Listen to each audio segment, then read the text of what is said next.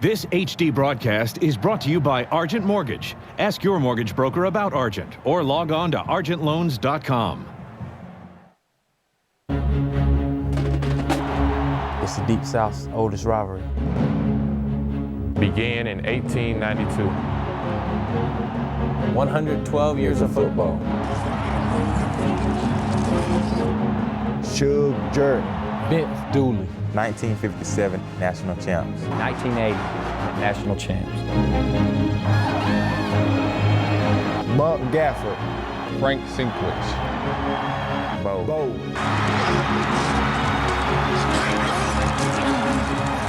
Herschel. Two schools. 178 miles apart.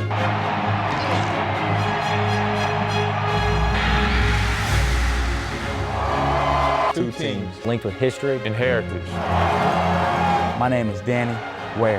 Cadillac. David Pollack. Jason. David Green, Ronnie. Thomas Davis. Junior. Craig Gibson. It's Georgia. And Auburn. For the 108th time.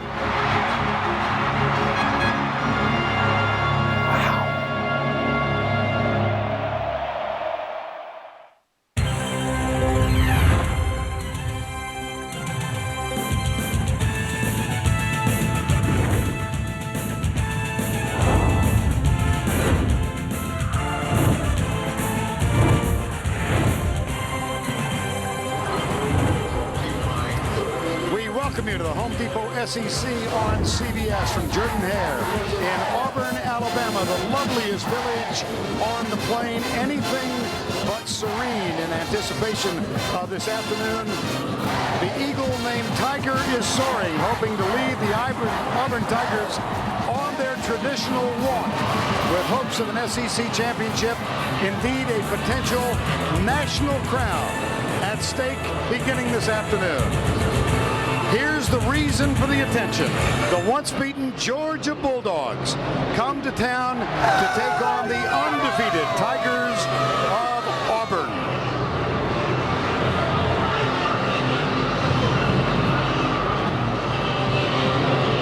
Tickets, as they say, a little tough to come by. Emotions, as they say, off the chart.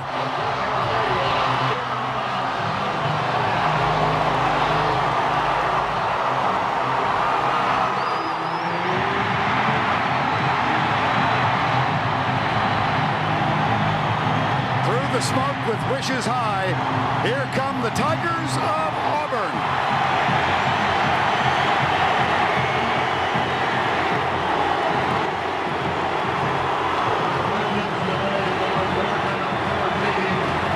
Right behind them, the Bulldogs of Georgia.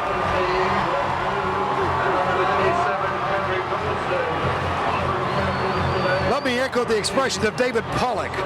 Wow.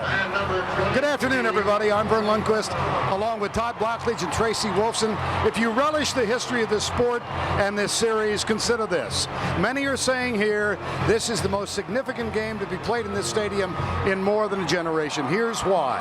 Georgia, once beaten, only the blemish of a loss at home to Tennessee. If they can get some help, everything they hope to attain in preseason is still available, but only if they win this game. The Auburn Tigers, undefeated, are in the midst of a magical run. This yet could become a season for the ages. Everything is possible. An SEC crown, a potential national championship, but only if they win this game. Here's the context. Both teams, neither team can afford to lose, and one will. Todd, we've got a few things to discuss. What do you want to pick to highlight? Well, what you have here today, you have two defensive football teams that are very physical, very stingy, both tough to score on or move the football. That's why I think the game comes down to a pair of senior quarterbacks. Auburn's Jason Campbell, Georgia's David Green. Both of them have been big-time winners throughout their career, both playing their best football in this, their final season on campus. The reason it comes down to them, as you take a look at their numbers, is because you can't run the football real well against these teams. Whoever makes the big plays, passing the football, plays over 20 yards, that team's going to have the best chance to win the game. Both quarterbacks the key today. Well, let's take the temperature on the sideline. Go down to the third member of our crew. Here's Tracy Wolfson. Thanks, Vern. Both coaches are well aware of what's at stake today. As you mentioned, Auburn still has a lot ahead of them, but Tommy Tuberville knows that means nothing if they can't come away with a win. He told us yesterday that we can't hold anything back from this game. We must put all our eggs in one basket this week and focus solely on this one. As for Georgia, Mark Richt said this game will be defined and it will tell us how we will be remembered. He said it is hard to say what will happen, but if things work out, we could be remembered as one of the best. Vern? All right, Tracy. 87,000 plus on hand. A terrific afternoon, 63 degrees. The forecast for continued cloudy skies, but no rain. These two teams met for the first time in 1892 in neutral Atlanta. The 108th meeting. Auburn leads the series. Last year in Athens, Georgia dominated in winning 26-7. An irony of the series is that the road team has the edge in the series in the other stadium. Auburn won the toss, elected to defer. That means that Philip Yost will kick off. Byron McClendon, Tyson Browning, deep for the Dogs. Ball blew off the tee, so we'll reload. Try it again and catch our putt. Yes. And right away we'll see one of the nation's stingiest defenses in Auburn, only giving up 9.7 points per game against one of the hottest offenses in college football over the last month, the Georgia Bulldogs. Here's the kick from Yost. This will be Tyson Browning, 2 yards into the end zone. Takes a knee, and the Bulldogs of Georgia will open up at their own 20-yard line. The fifth-year senior David Green last week won his 40th game as a starter. That set a new NCAA record. He is a fifth-year senior, having a terrific season with 16 touchdown passes and 1 interception. And if there's anybody you would want to come into this environment to lead your team, it's David Green. His record as a starter in opponent stadium, 15 wins, only 1 loss. That to LSU last September. Thomas Brown and Jeremy Thomas are the starting backs. Brown is a true freshman. 130 yards last week. Here's Green to throw on first down. Goes deep right side. Into the flat caught by Sean Bailey, number 4. Sean Bailey. He's tackled by Junior Rose Green, likewise wearing number 4. The Georgia Bulldogs starting lineup presented by Cialis up front. Inman, Jones, Tanner, Max Gene Gillis, and Dennis Rowland. In the backfield, Thomas Brown and Jeremy Thomas, Reggie Brown, Fred Gibson, the wideouts, and the rage of Athens in the last 4 games, Leonard Pope at tight end, 5 touchdowns the last 4 games. Here's Green with the change. They hand it off, nice. Draw play, Thomas Brown. Nice little misdirection play. That's a first down at the 37-yard line, a gain of 14. Tackle made by Antarius Williams. When you have a fast defense like Auburn, you get them started going this way, and that's the way this action goes, and then Thomas Brown breaks it back the backside. Let that defense run, thinking the ball's going one way, and then stop and cut it back. Very well conceived play on the first running play for Georgia. This time they'll line up in the I. Brown with 615 yards. He is a true freshman. And there's movement at the right tackle spot. Looked like that might be Dennis Rowland. Nope. It's Daniel Inman, number 72. Dead ball. False start. Number 72. Offense. This Georgia team went through a 3-game period when they had 33 penalties. That's the first of this one. Defensively for Auburn, Langenfeld, Jackson, Ratliff, and Brett Adams up front. Small linebackers. Gene Chizik, the coordinator, says they're midgets. The secondary, Montavis Pitts will be a target this afternoon. And there's the defensive stop made at the 33-yard line on Thomas Brown. Front 7 got there collectively. Yeah, those linebackers, they may be midgets, but they're fast midgets, you know. I mean, that's the one thing. This defense lost some big-time players last year. Dontarius Thomas, Carlos Dansby, both in the NFL, were starting linebackers last year. These guys are smaller, but this overall defense might be faster when you consider all 11 positions. 3 wideouts on 2nd and 15. David Green will operate from the spread formation. Goes to his right. Inside play. Bailey. No, it's Brown.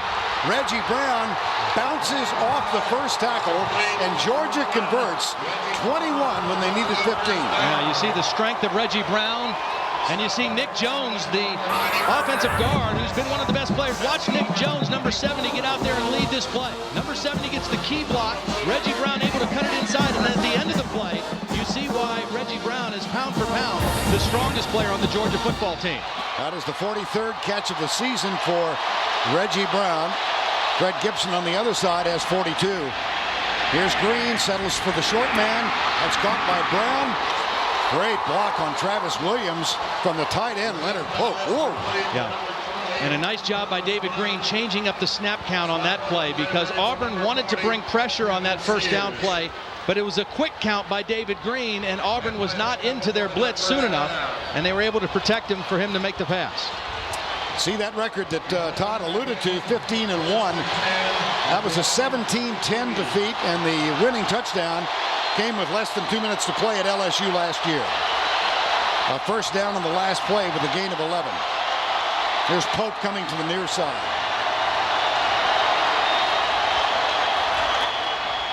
Handoff Brown coming left. Good block by Reggie Brown for Thomas Brown, and Carlos Rogers makes the tackle. There's a flag. Number 14, Carlos Rogers. Reggie Brown a little slow getting up. He was one of the leading blockers down there. Excellent blocker downfield. I mean, Fred Gibson has improved as a blocker, but Reggie Brown is one of the best blocking wide receivers that I've seen in college football this year.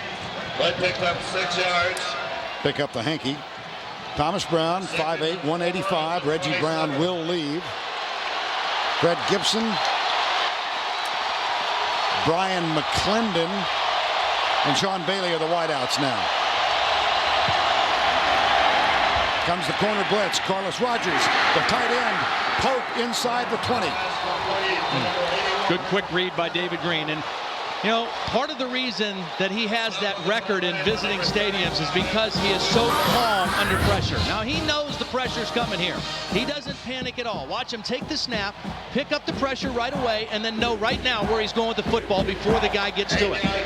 Pope, 6'7", a big target in the middle of the field, has really come on the last 5 games. And David Green found him there to beat the blitz. Perfect start for David Green. He's 4 of 4. That also extends his streak of passes without an interception to 210 since he was last picked off. Here's the play fake at which he excels. Dances to his left.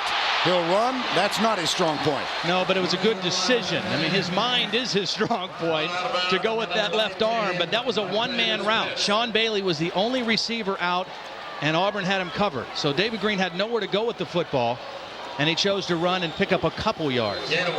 Remember last year when they had the inexperienced offensive line at Georgia, and David Green had 11 interceptions for the season to go with 13 touchdowns. He was also sacked 47 times last year. That number has been reduced to 13 for the team, 11 for him. Second down.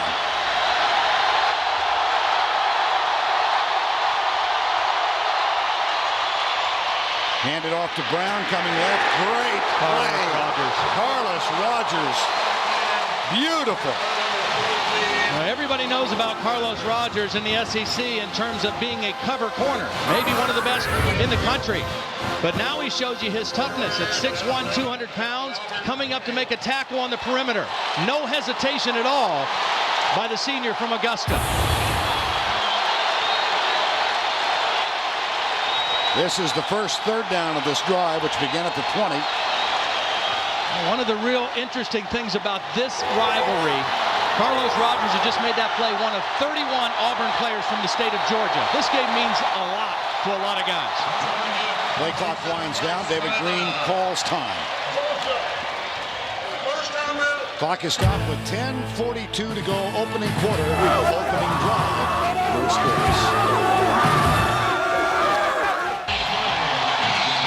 3rd and 11. Gibson, McClendon break wide right. Brown is to the left. That's Reggie Brown in motion. Auburn is not blitzing. They send forward. There's a flag down. There's a flag. Going to back Georgia up 5 more, I think.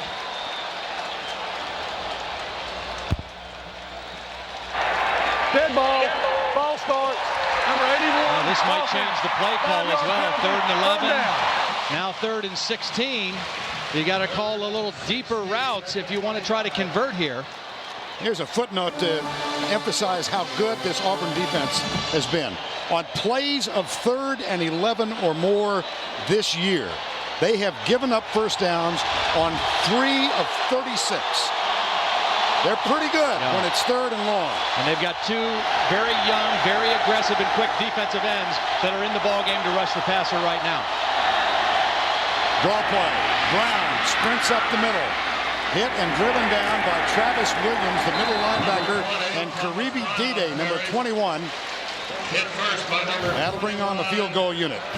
I like the call by Mark Richt because you want to score first. You don't want to take a chance of getting sacked and being out of field goal range for Andy Bailey. And even though they didn't convert, if they get 3 points here, this was a huge drive for Georgia because it sent a message to all these fans and to this Auburn football team. The Bulldogs have come to play today. Andy Bailey, 13 of 18, as you see. This is from 36 yards. Snap a little high, kick a little low. Little low.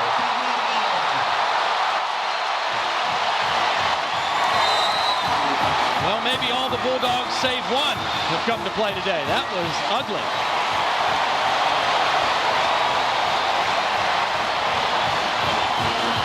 Ryan Jordan snapped it. It was a little high. The kick, as we said, looked like a chip shot. Every little thing counts. Little high, but he got it down. But that kick, man. Wow. It was ugly.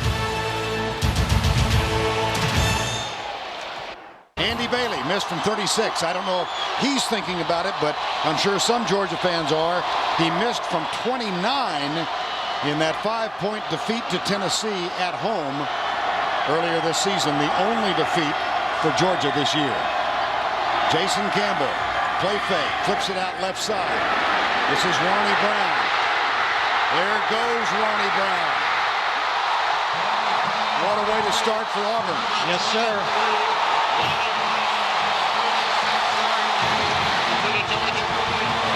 Great way to start for Jason Campbell, too. Drop back, flip it out to your left. Ronnie Brown's in the fullback position. He's going to swing out. Very short, easy pass. And then Ronnie Brown does the best. And the rest.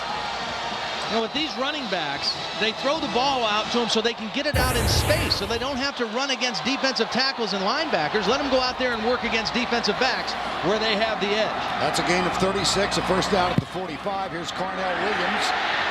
Man called Cadillac. Number 24. Thomas Davis, number 10, back after a week and a half off with a knee injury. Here's Jason Campbell, 5th-year senior. He has really blossomed in this, his final year. Yeah, Al Borges, the new offensive coordinator, came to Auburn from Indiana University last year and has really made a difference. And, you know, he doesn't take all the credit for Jason Campbell, but he says the one thing I have done is I've loosened him up a little bit to where he's not afraid to make mistakes. He's got a let-it-rip attitude, and he's played that way all year. Cross, they come to the near side. Cadillac Williams, Greg Blue hits him, but not before he's inside the 30-yard line. A gain of 15 before the tackle by number 17. Auburn likes to throw a lot of things at you early, and you see all the attention paid to Ronnie Brown. He was the fullback. The fake was to Ronnie Brown. The Georgia defense jumped on that, and that left Carnell Williams open on the outside for a big run. This season, 880 yards because he has split playing time with Ronnie Brown. Not that high, prominently mentioned for Heisman Trophy awards, anything like that, but what a quality season they have. And here's Cadillac Williams following the lead of Ronnie Brown. Cuts back to the 25-yard line. Let's check this Auburn offense.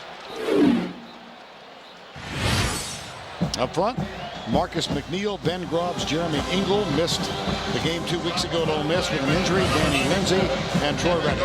Carnell Williams, they list Jake Slaughter, but he's not really a starter. Aroma Shadu, Courtney Taylor, Cooper Wallace, the rest of them. Now you got Ronnie Brown in a slot position as a wide receiver. His versatility, here he is right here. That's the key to what Auburn can do offensively. Play fake, here's Campbell running.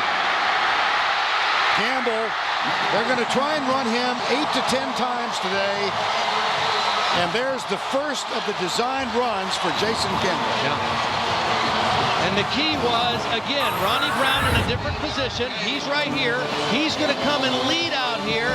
Campbell's going to fake to Carnell and keep it himself. I mean, it's a design quarterback keep. You got the backs crisscrossing, and it fooled up the Georgia defense. Not used to seeing Jason Campbell run on the season. 31 running attempts, a net of minus 47 yards rushing. He has not been a threat coming into the game. That was a game of 13. Here's the toss to Williams, left. Aroma Shadu with another downfield block. And this one is going to be downed near the goal line. DeMario Minter. And Ronnie Brown was leading that play and blocked on Greg Blue and drove him all the way to the sideline. You don't think these two guys like playing in the same backfield together. Ronnie Brown, number 23, blocking right there on Greg Blue, and is going to just drive one of the best tacklers in the SEC completely out of the picture. Ronnie Brown blocking, Carnell Williams running. Now Jake Slaughter is in at fullback. It's Williams as the deep back in the arm. He gets the handoff. He is stacked up at the 1. Odell Thurman, number 33, with the tackle. Here's a footnote again. This is the opening drive in the 10th game for Auburn, and it's going to hold true. They have yet to punt on an opening drive. They've scored on 7 and had 2 fumbles in the other 2. Yeah, and those 2 fumbles both came in their opponent's red zone. So they drove the ball every one of their opening possessions, scored 7 of the 9, right on the doorstep right now. Slaughter to the right, number 44. That's Courtney Taylor in motion. Here's the option play. Campbell pitches. Carnell Williams strolls in for 6.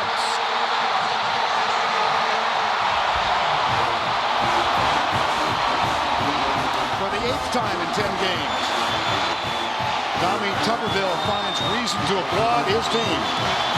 They've opened their possession with a score. And a couple new looks from this Auburn offense. They've had the week off, extra time to prepare for Georgia's defense, and they threw a couple new wrinkles at them in that first possession. John Vaughn for the extra point. He had a miss earlier this season against Arkansas that ended a streak, a team streak of 206 consecutive. He gets this one. Cadillac Williams gets the touchdown. The Auburn Tigers take the lead. Nifty decision by Jason Campbell. 7-0.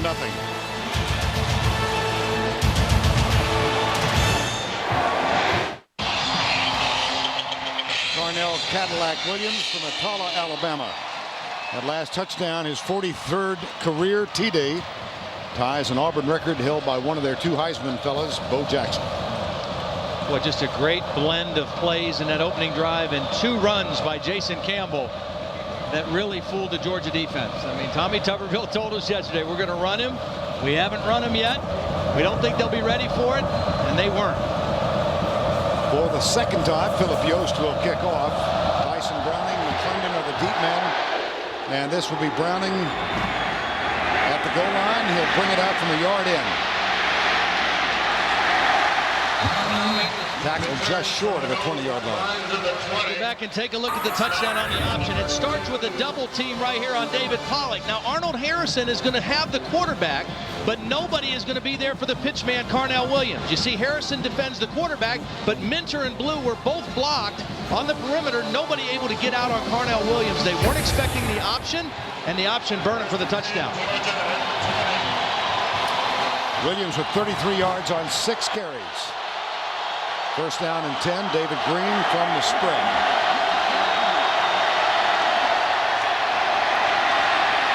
Right side again. Fine tackle by Montavis Pitts. Let's go back to the studio for a Pontiac game-changing performance. Here's Tim Brando.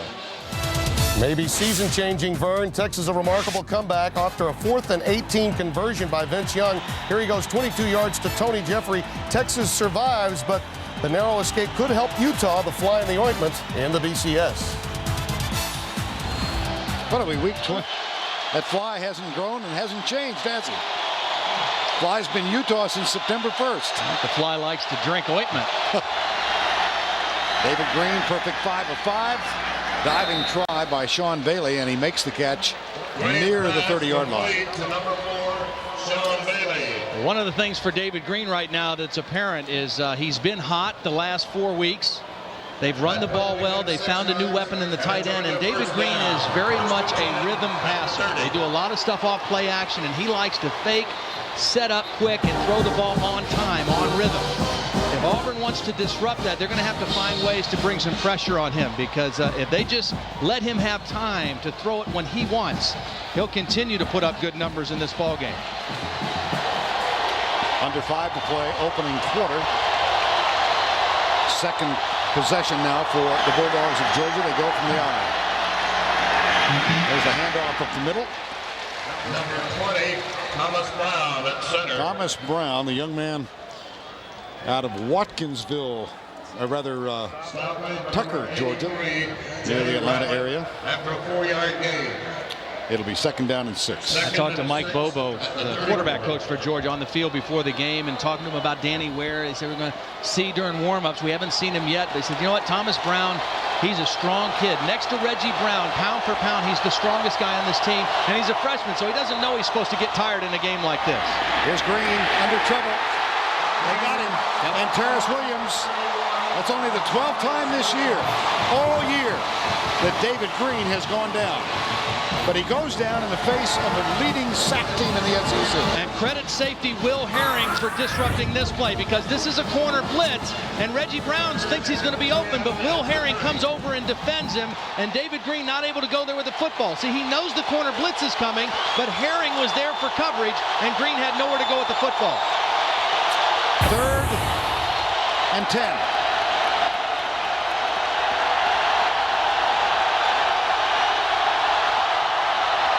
Blitz. Here comes Travis Williams. It's incomplete for Fred Gibson. And credit Travis Williams, the middle linebacker. Yeah, David Green kind of short-armed that one. He threw that one as he was backing up, and that's what you have to do to David Green. You've got to get him out of his rhythm. You can't allow him to just throw under rhythm. Here's Travis Williams. Watch him on the blitz. Unblocked. David Green backing up as he throws. Not able to step into that one and make the accurate throw. That brings on Gordon Ely Kelso for the first time. Brian Jordan will snap it back, and Carnell Williams back to return it. He awaits the punt at the 30-yard line. And always dangerous. I mean, Carnell Williams, one of the best open field runners in college football. If he gets his hands on it, he can make things happen. Here's Kelso's kick. Good downfield coverage, but Williams avoids the tackle of Brian Jordan, and here he goes. It's the punter who popped him.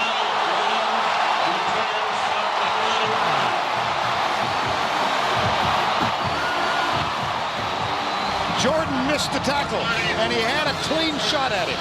He had a clean shot on him, but Carnell Williams is no average punt returner. Again, he's one of the best running backs in the country. So he's used to breaking tackles. He's used to guys not wrapping up and him keeping going forward for positive yards. Very, very dangerous punt returner is Carnell Williams. And that exemplifies the outstanding nature of the special teams for Auburn as well. 28-yard punt return on a 38-yard punt. Williams and Brown again in the I formation. Ronnie Brown is in that unusual stance, and here's Campbell rolling out. Pressured, fires, Obamanu tipped away by Thomas Davis. Take a look at this. Net punting for Auburn, first in the SEC. Second, punt returns, kickoff returns, field goal percentage. Eddie Grand is the special teams coach. He's also the running back coach for Auburn, and he says one of the reasons we're so good at it is because Tommy Tuberville gives us a ton of time to work on special teams. He really emphasizes it. He gives them extra practice time, and they are very solid in their kicking game. And it doesn't hurt to have a guy like Carnell Williams as your punt returner either. High formation again. Quick setup, right side, Courtney Taylor, tackle cleanly made by Tim Jennings. And let's take time to introduce you to this Georgia defensive unit under Brian Van Gorder. The defensive line, Thompson, Golston, Anderson, and the All-American David Pollock. Career leader in sacks with 31 for Georgia. Linebackers are Harrison Thurman and Danny Verdon Wheeler. And in the secondary, Thomas Davis is back. Missed a game and a half with a knee injury. Injured against Florida. Third down.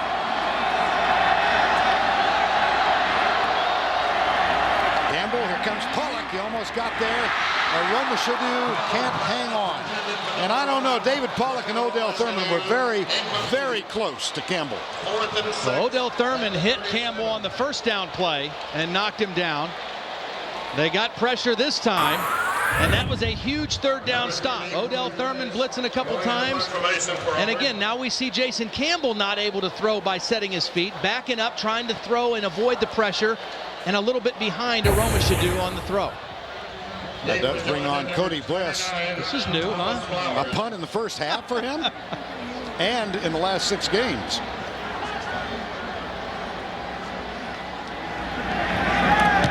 Here's the nice high punt by Bliss. See if they can stop that. Rogers is down there, and he gets some help. Beautiful. Beautiful job by everybody involved. Cody Bliss with the high kick.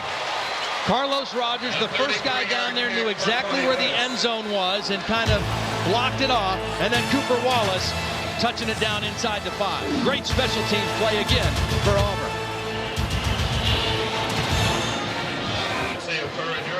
By design, Mark Richt substitutes at quarterback at least one series in each half. That is his intention. Little surprised he's doing so here. DJ Shockley replaces David Green. This is not an injury change. Right. This is by design, but it comes with the Bulldogs at their 4-yard line. Yeah, and the thing, though, is that DJ Shockley, it's not like he's a freshman quarterback and you're putting him in inside the 5. DJ Shockley's a junior. He's played in a lot of big ball games, intense moments for Georgia. So this is not overwhelming for him. Hand off to Thomas Brown. Gets 3, perhaps 4. Now DJ Shockley in that romp over Kentucky last week did have really nice numbers. Yeah, he played very well and threw a couple touchdown passes, both of them to Sean Bailey. And then what he brings to the table is his running ability. He also rushed 4 times for 62 yards in the game. So he is capable of throwing a little different challenge to this fast and aggressive Auburn defense because of his ability to run the football as well as throw. Has played in all but 1 game this year. There's the handoff again. Brown tackled down near the ankles at the 10-yard line by Brett Edens, number 94. Brett Edens, whose father, Liston Edens, was the captain of this Auburn team back in the 70s. His full name is Jordan Brett Edens. His dad, Liston, played for Shug Jordan, the legendary coach, and Edens out with an injury. It's a big third down play for DJ Shockley right now because you've got bad field position. You want to try to convert here, but you don't want to do anything dangerous against this Auburn defense. Play fake. Shockley will throw. Lobs it out. He's got his tight end. Out to the 41. It was a beauty. It was a beautiful throw, but credit that offensive line with giving DJ Shockley outstanding protection. High formation, 1 wide receiver. They're going to fake the play action, and Pope is going to run the corner route on Donnie Young. Watch the protection unfold on this. Shockley, lots of time to find his tight end. Leonard Pope, and again, he has really opened up this Georgia offense because of his threat in the middle of the field. That's a gain of 29 on 3rd and 2 as Georgia takes a shot. First down and 10. Here comes the blitz. Shockley cuts inside to the 43-yard line. Josh Thompson, number 97, backup defensive tackle. I think we're seeing a little bit more of what Gene Chizik, the defensive coordinator, hinted to us yesterday, that they needed to bring more blitz, more pressure on early downs. Primarily with David Green, but that time Will Herring, the safety, blitzed on first down, and Shockley stopped for a short gain. We've reached the end of one with our score, Auburn 7, Georgia nothing. We'll return to Jordan-Hare Stadium after this message and a word from your local station. Fasten your seatbelt. Match Mr. Incredible.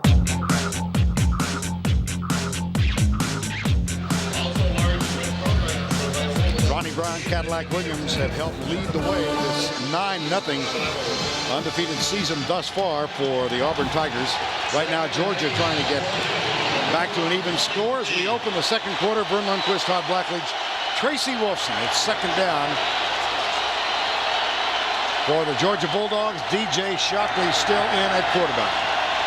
Blitz, Carlos Rogers coming off the slot. Hand off to Thomas Brown.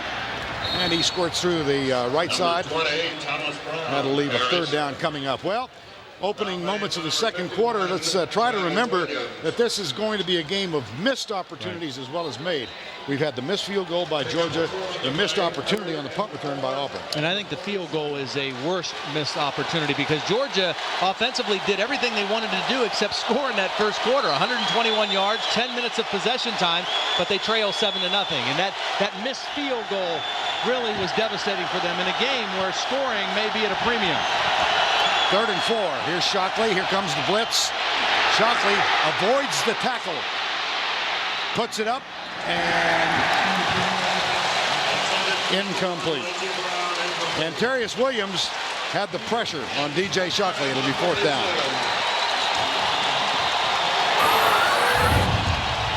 Well, DJ Shockley does have the ability to escape and make people miss. But Auburn very fast. That's Stanley McGlover, one of those young defensive ends, chasing him to the sideline and forcing the throwaway. Ely Kelso on for the second time, and Carnell Williams, who had a 28-yard punt return last time out, is perched at the 10-yard line. But thanks to that big throw to Leonard Pope, DJ Shockley did reverse field position. He did flip it, and now with a good punt here, they should be able to pin Auburn back. Jordan snap.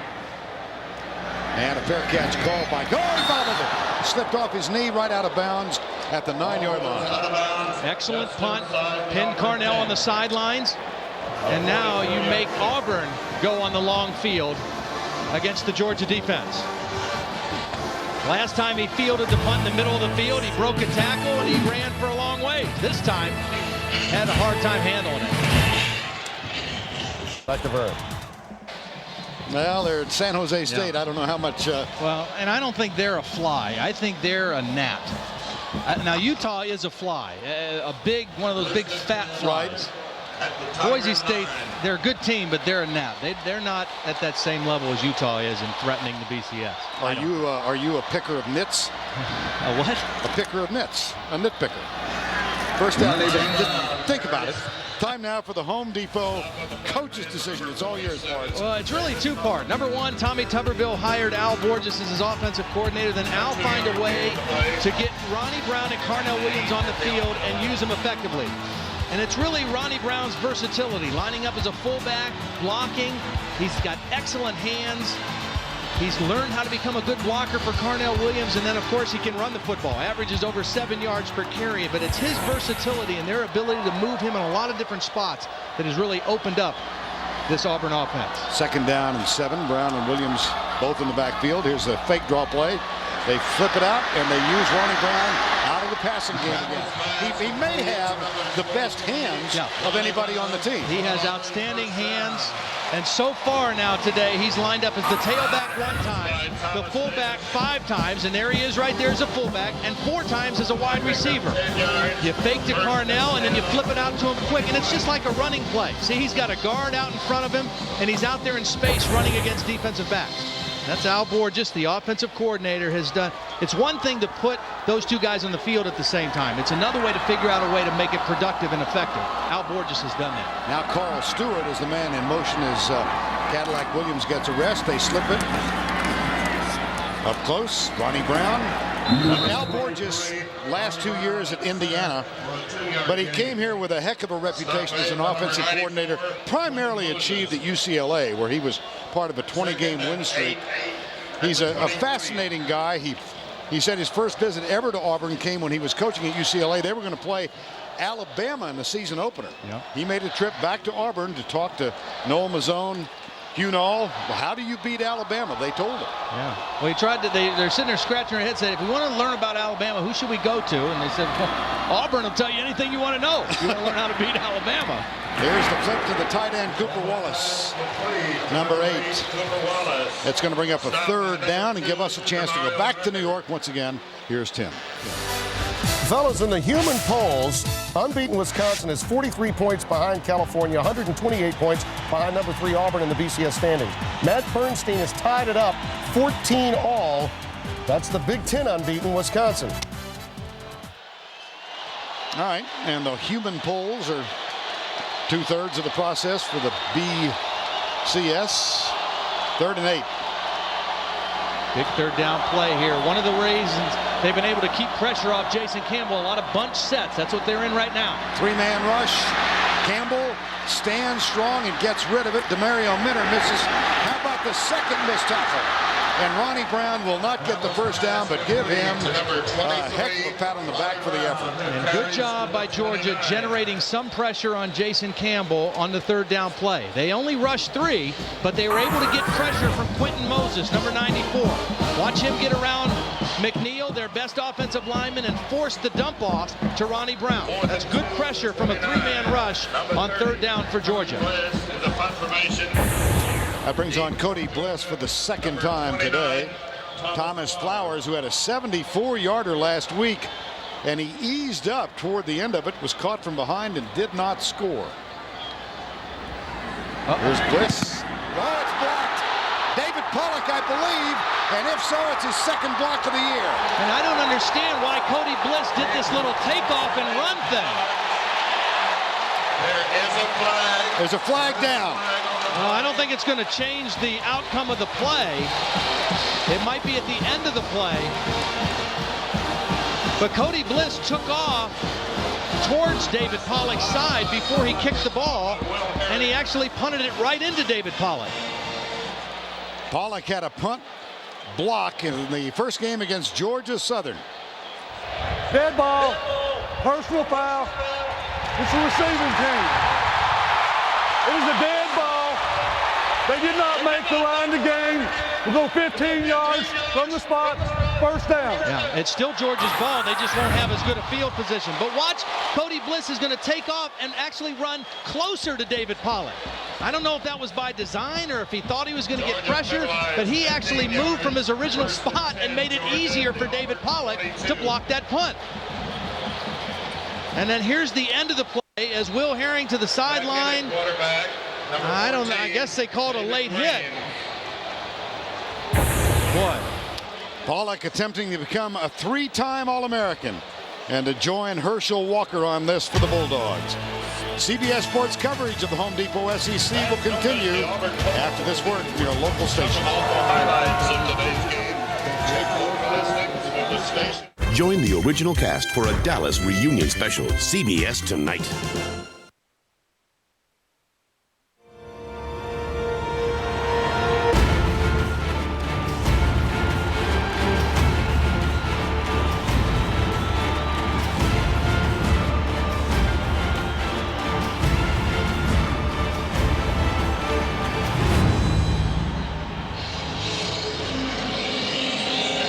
Championship trophy is here. Auburn, if they win today, win against Alabama, win in the SEC, a tough trio of games, might have a chance to play for that trophy. In the meantime, here's David Green back in. Left side. Man open, it's Reggie Brown. Carlos Rogers knocks him out of bounds. Let's go back and revisit the block punt, the first this year for the Auburn Tigers. Well, first of all, here's David Pollock right here. Now, this isn't that unusual for a punter to go this way, but watch Jay Ratliff, who's going to block David Pollock. He's just going to miss him. He's a defensive lineman, not an offensive lineman, not used to blocking a guy as quick off the ball or as relentless as David Pollock. And Pollock just ran by Jay Ratliff and got his hands on the football. I think it was designed for the punter to go that way, but they just didn't account for David Pollock very well. David Green, hand off to Thomas Brown. Tests the middle inside the 25 to the 24-yard line, where he runs into Travis Williams, number 51. And that blocked punt is the same effectiveness as a turnover because it flips field position, it gives Georgia momentum, it takes a little bit of the steam out of this Auburn crowd, but now very important for David Green and the Georgia offense to cash in with some form of scoring, some points on the scoreboard.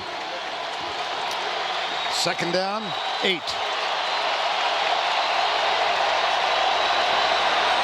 Brown left, Gibson wide right.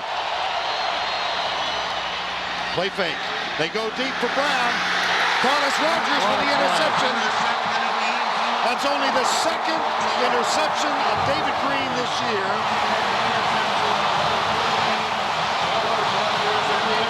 It'll come out to the 20.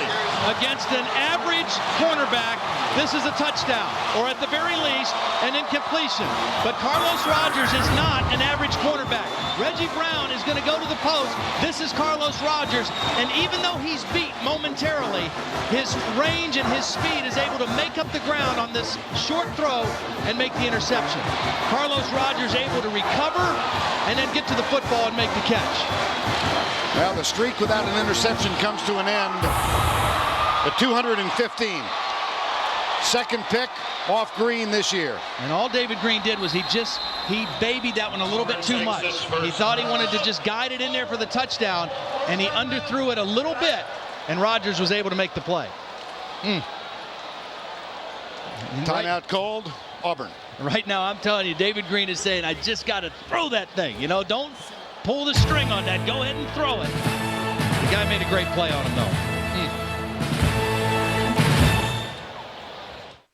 For tickets to the coach's luncheon, log on. 7-0 Auburn here as Carlos Rogers, number 14, snuffed out a Georgia scoring drive with his second interception of the season. And we talked to Carlos yesterday, and he told us a couple of the former players called him that are in the NFL and said, hey, this is a game you can make some money on. And what he meant by that is, this is a game, he's not been challenged much this year. They've gone at the other corner, but with two excellent wideouts from Georgia, he knew he'd get challenged today, and he was going to have to be up for the challenge. He was up for it on that play. 7 career interceptions now for Rogers. That one goes into the memory bank. First down and 10. Campbell gives it off to Ronnie Brown. Number 23. Ronnie Brown tackled by Odell Thurman, number 33. Number 33, Odell Thurman. Well, Auburn comes in to today's game as the third-ranked team in the BCS standings, topped by USC and Oklahoma. And, of course, they've got a heck of a trio of games now. At Alabama next week, SEC championship game. I think for teams who potentially have a path to the championship game, theirs is the toughest. Absolutely. First of all, next week Alabama is no picnic in any year. Right. Here's Brown. There goes Brown. Breaks another tackle. Pollock and Blue catch up with him, but not until he gets a 17-yard credit. Well, what a job by Cooper Wallace blocking on David Pollock. Cooper Wallace one-on-one handled David Pollock, and that secured the corner for Ronnie Brown. And nobody there in a white shirt until he got to the safety. Watch Cooper Wallace just turn Pollock inside and seal the corner for Ronnie Brown. That's excellent blocking by the tight end. 10 carries, 42 yards for Ronnie Brown. First down and 10 after that pickup of 17. Play fake. Here's Campbell. Settles short. Cadillac Williams puts it on his hip. Campbell's pass complete to Carnell Williams. Run out, run number 42. Well, if you go back to the preseason ratings, USC number 1, Oklahoma number 2. These are the human polls, obviously. Auburn started out in the coaches poll at 18 and the AP 17.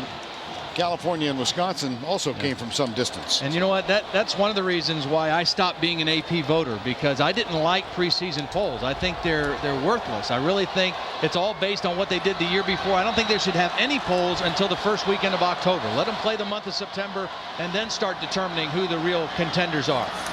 2nd down and 3. Cadillac Williams coming left. To the 44-yard line. Well, we've waited a week for this. Here comes the duck. It's time for the Aflac trivia question. Since 1970, which teams had the lowest preseason ranking and went on to win a national championship? Give you some time to think about that. Not an easy one. No. 1st down, Auburn. They lead it by 7. Cadillac Williams got the touchdown, the opening Auburn drive of the game. And here's Jason Campbell. Carl Stewart is the running back. He gets the handoff, and the freshman picks up maybe a yard to the 43-yard line. Let's go back to New York and check in with Tim.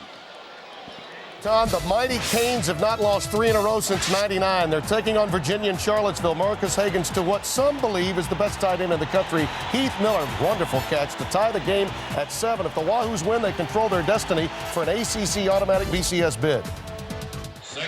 All right, Tim, thank you. 7-0 here with 7.5 to go before the break. It's 2nd down and 9.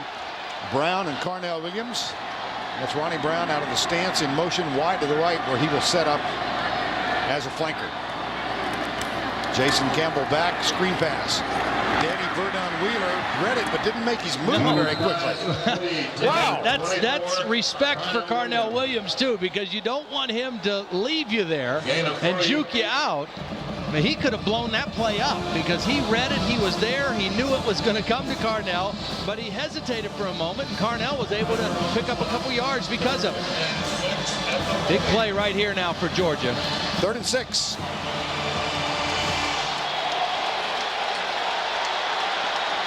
David Pollock not on the field right now for Georgia. Their best pass rusher getting a little breather on the Georgia sideline. Bulldogs with 3 men down. Thomas Davis is up on the line. He's coming.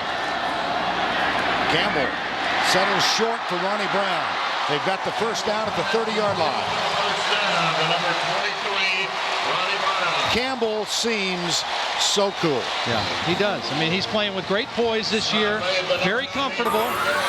Because of formation and motion and personnel, teams have not been able to get very much pressure on him. And so he's been able to play in a real comfort zone. And then when you got guys like Carnell and Ronnie Brown to either hand it to or throw it to, it makes your job a lot easier as well. Jason Campbell now 8 of 10 for 74 yards. And a 1st down and 10 at the 30-yard line. Wallace, the tight end, comes to the left. Here's the toss. Ronnie Brown doesn't get much blocking help. Number 23, Ronnie Brown at left end.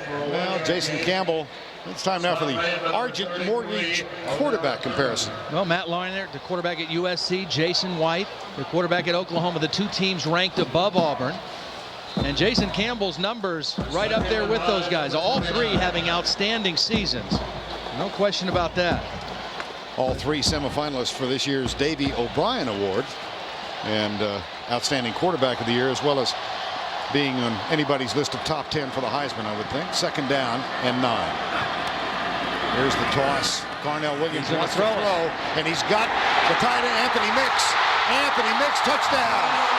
They got Thomas Davis, I think, on that play.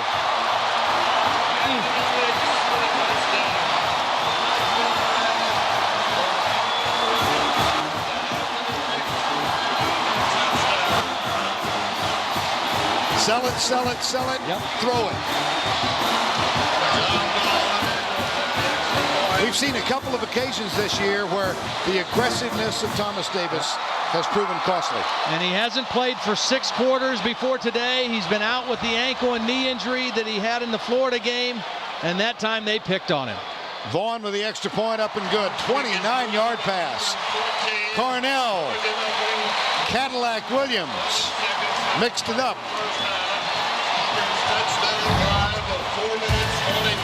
Beautiful play call by Al Borges.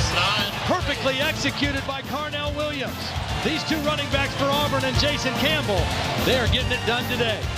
Auburn Tigers trying to extend the undefeated rank to 10. They're up by 14.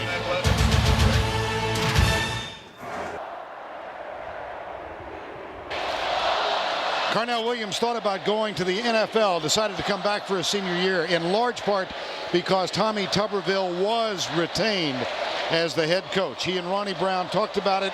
He's just thrown the first touchdown pass of his career. And that completes an 80-yard drive in 9 plays. Anthony Mix on the receiving end.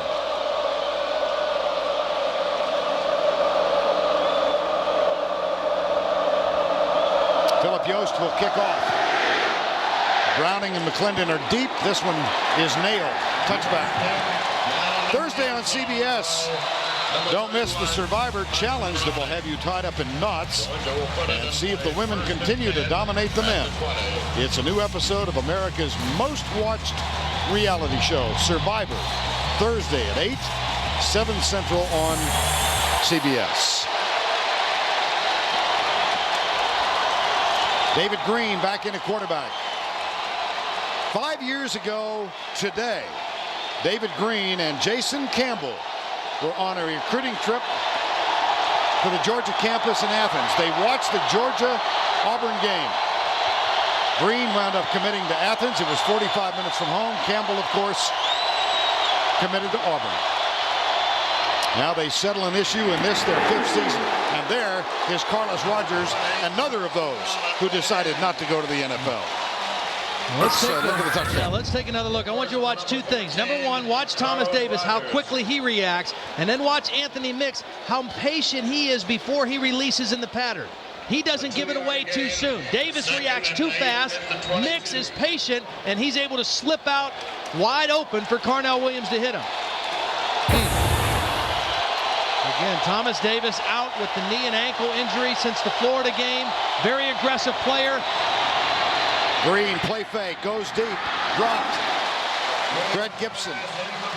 Well, that was a tough one because that was tipped in there by Travis Williams. And number 51 got his hands on the ball first, and Gibson tried to catch it off the deflection, not able to do it.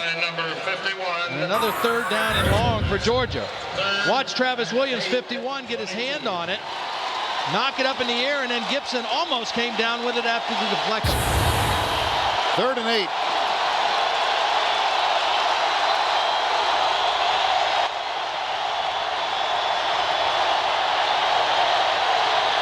Pressure look. Out. Yep. They're showing pressure off the edge. Here comes the blitz. Green bobbled it. Stanley McClever got to him. That'll go as a sack. It's 4th down. And now for McGlover, that's his 7.5 sack. Inside pass rush. He's a defensive end, and he's going to come inside. Number 75, and nobody picked him up. They picked up the 2 outside blitzers, the safety and the linebacker, but nobody picked up the defensive end. David Green was sacked 5 times by Tennessee in their lone loss of the year.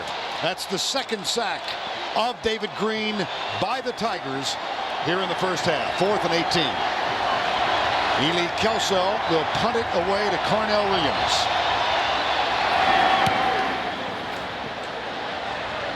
Williams at the 43. Lot of room. Reggie Brown. Good coverage by Reggie Brown. Williams on a 4-yard return from the 43 to the 46. Gene Chizik, defensive coordinator here. They have improved their sack numbers every year. Well, I think the biggest thing that has helped them this year is they've got 2 older guys, seniors, that start at defensive end, Langenfeld and Edens.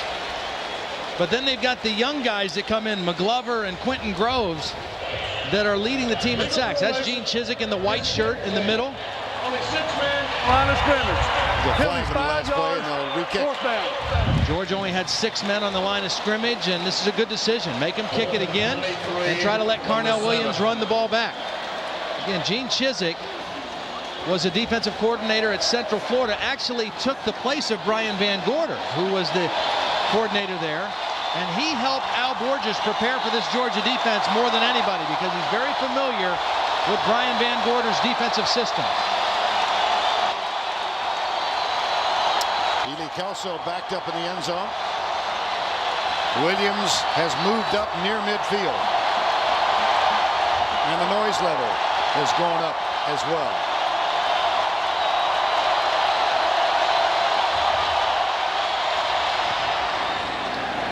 Then it quiets. Williams at the 47. Goes by Thurman. Goes by Verdun Wheeler. Cuts inside the 40 and is down to the 38. To the Georgia 38. Time now to answer the trivia question of the week. Stop on the play made for number 59. Here comes the duck. And the question, since 70, which teams had the lowest preseason ranking and went on to win a national championship? The answer is, there are 3 of them. Clemson in 81, Miami in 83, Brigham Young in 84, all 3 unranked. First and 10, Auburn at the 38. First down and 10. 14-0 with 3:11 to go. That's Williams in motion. Ronnie Brown stays in that squat position. Play fake. Campbell got his tight end, Cooper Wallace. First down to the 17. Boy, what a nice job by Jason Campbell. David Pollock bearing down on him. He knew he was going to get hit, and he made a big-time throw under pressure. He spread the ball around. Cooper Wallace is just going to run the seam, but watch Jason Campbell know he's going to get hit from Pollock and just not flinch. Stay right in there and deliver the football to Wallace in between the linebacker and the safety, and another big conversion for Auburn. 2:45 to go before the break. Jake Slaughter's in. Here's the toss with Slaughter leading the way. Ronnie Brown is cut down by Odell Thurman up on top, and Thomas Davis down below. Stop made by number 10, Thomas Davis, and number 33, Odell Thurman. Well, Auburn, you remember last year, they were preseason picks by some as number 1, lost 2, then fell out of favor. So they were not highly regarded to begin this year. Here's some of the others who've come from way back. Oklahoma in 2000. Tommy Tuberville, November 20th last year, the infamous plane trip. Here's the reverse, left side. Good job of staying home by Will Thompson. Yep, absolutely. Number 23, Ronnie Brown at left end. You know, the thing about it and the feeling of this game right now is that Al Borges and his play calling just has this Georgia defense guessing. I mean, they don't know which way they're coming from. He's doing a great job of mixing run and pass, reverse, utilizing Ronnie Brown in a lot of different ways. And he told us yesterday, you know, the key to play calling is not necessarily what you call, it's when you call it. It's having the right feel of when to call plays that have the best chance to be successful. He's on his game today. 3rd and 10. Georgia will bring 4. Campbell steps up, settles for the out man, and that will bring down the field goal unit as Tim Jennings, number 23, makes the stop. Stop made by number 23, Tim Jennings. Now look at what they've done in the first half. It's just unbelievable what they've done. I mean, obviously their total number is really good too. But look at the first half. Only 26 points they've allowed on defense. They've been fast starters on offense. And they're off to a fast start today against a good Georgia defensive football team. Up 14, trying to make it 17. Let the clock wind down now. 4th and 9. John Vaughn into attempt a 32-yard. John Vaughn is 7 of 9 for the year. He is holding. Chris Crowfoot snaps it. Vaughn kicks it. Vaughn nails it from 32 yards out. There's a smile from a man who played his college football for the Southern Arkansas University Mule Riders.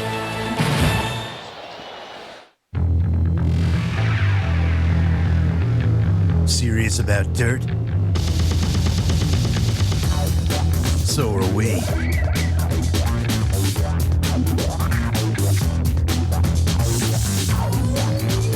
Now Yamaha, the Adrenaline Specialists has an offer that'll really get you pumping.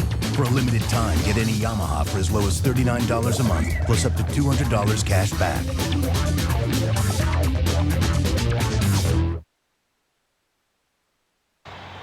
Now time for a series of SEC moments presented by Sonic as we take a look at the Deep South's oldest rivalry that began with an Auburn victory 112 years ago.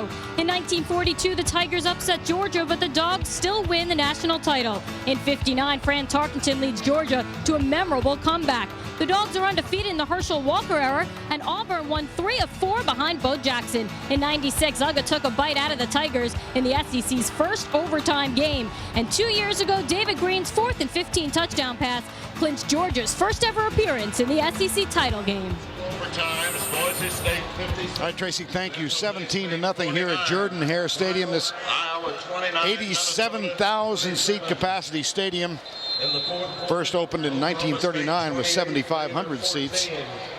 They do love their football here. Wisconsin and Michigan. And they especially love it right now. Yes, sir.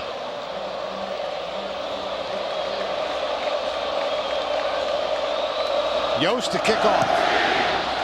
Georgia down by 17. Browning, this one's short. Flag is down. Browning is down. Number 31, Tyson Browning, returns from the floor. Derek Graves with a tackle. Rocky Good will come over and check on the infraction.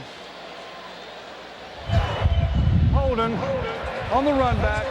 Number 42. Penalty's 10 yards from the end of the run. Will be a first down. Well, 6 hours before kickoff, 8:30 this morning. Uga made his appearance wearing the uniform of Cadillac Williams. What is it about the dog? Fifth penalty on Georgia. And look at this. Georgia going to the victory formation, taking a knee. Let's make the point again. This is not an average Georgia football team. This is the 8th-ranked team in the country. One loss coming in, totally handled in that first half by Auburn. 123 yards for Auburn in the second quarter, only 13 for Georgia, and therefore the 17-0 lead. 17, Georgia nothing. Let's go to Tracy, who is with Mark Richt. Thanks, Vern. Coach, how do you slow down this Auburn team and put some points of your own on the board?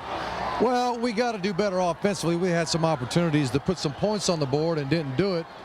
Defense has done good at times, but they're an outstanding offense and did a beautiful job on that little halfback pass. But we got to regroup right now and get after it. Thanks a lot, Coach. Good luck in the second half. Vern, back to you. Seniors are gathered on the 50-yard line. Thank you, Tracy. End of the first half with our score, 17-0 Auburn. Let's go to Tim Brando in our New York studios. Julie Dawn.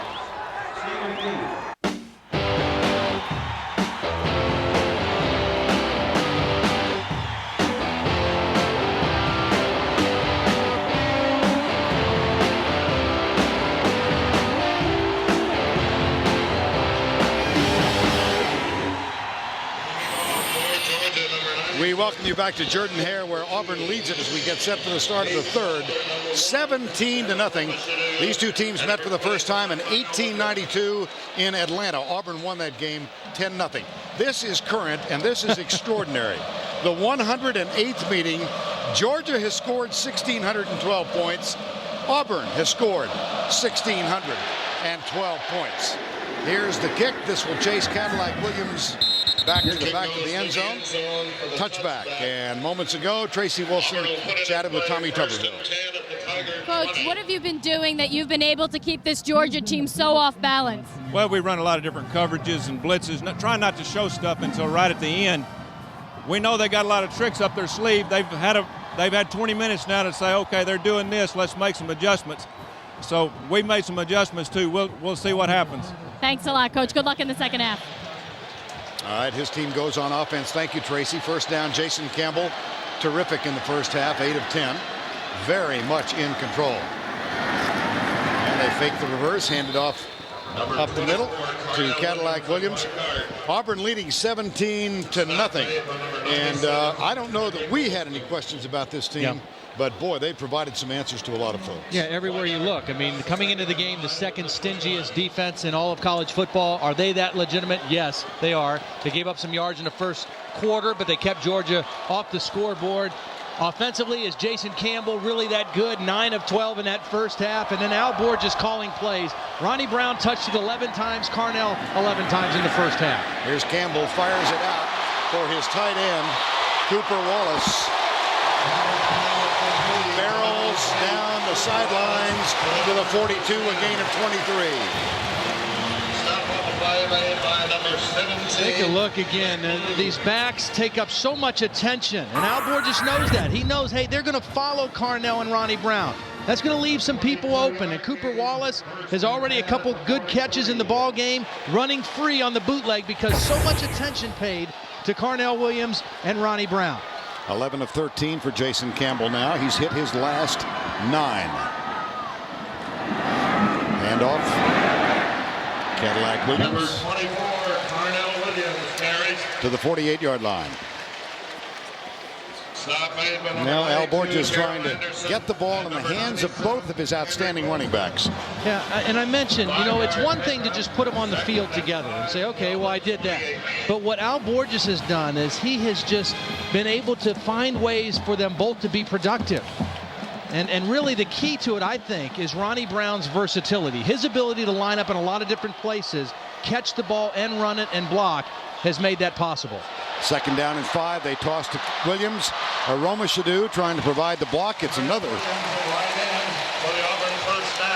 Auburn first down. DeMario Minter makes the tackle. Now the halftime stats presented by the Hartford. Big edge for Auburn rushing yards. And most of that in the second quarter. That's when Auburn really got into it. A couple sacks.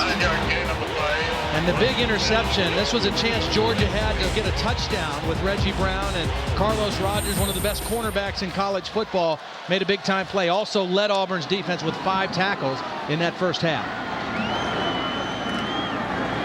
Out of the shotgun. Quentin Moses chases Campbell. He throws it away. That ends the completion string at 9. And it will set up a 2nd down and 10. Jason Campbell, son of a coach. Dad, the head coach at Taylorsville, Mississippi High School, where Jason played. He was telling us yesterday that for the first time in 15 years, the Taylorsville High School team did not make the Mississippi playoffs. They lost to East Marion 21-20, the game that would have gotten them in. Thought maybe his dad would come over early. No, he said he's going to go fishing. Yeah. But he's here now. 2nd and 10. From the corner, Thomas Davis comes in the blitz. They hand it to the left side. And Cadillac Williams is wrapped up as Greg Blue was there initially. And then David Pollock helped it out. You know, the thing about David Pollock, who's a little slow getting off the end of this play, but watch him hustle on this play. This is what makes him an All-American. The play goes away from him. He doesn't give up on the play. He keeps chasing, he keeps fighting, and then he ends up getting a tackle. He got hit by Thomas Davis pretty well. But David Pollock, he just never gives up on a play. That's what makes him special, his relentless effort play after play. Al Borges saying yesterday he goes from the snap to the whistle. Never quits. 3rd and 11. Here's the blitz by Georgia. Campbell steps up, delivers it right side, caught, first down. Courtney Taylor, number 86. In front of Paul Oliver, number 8. And it starts with protection. Outstanding protection for Jason Campbell. Watch as he's able to just sit back there. It's a 5-man rush, but no white shirts around Jason Campbell. Able to step up in the pocket. And then a lot of room. The redshirt freshman Oliver in coverage on Taylor. And that's easy throw and catch for the senior quarterback. They pick up the first down at the 28-yard line.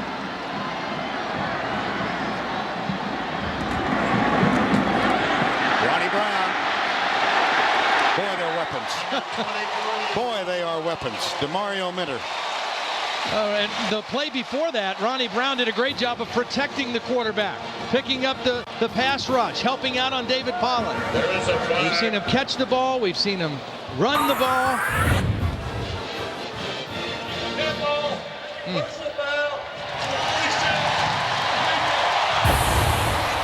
First down.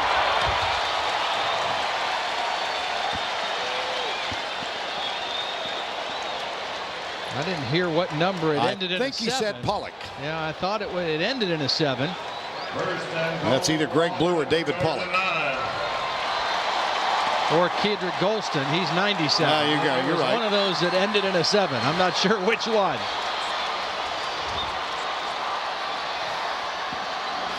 First down after the penalty. Williams dances out of one tackle, comes left. Good job of Thomas Davis to string him out.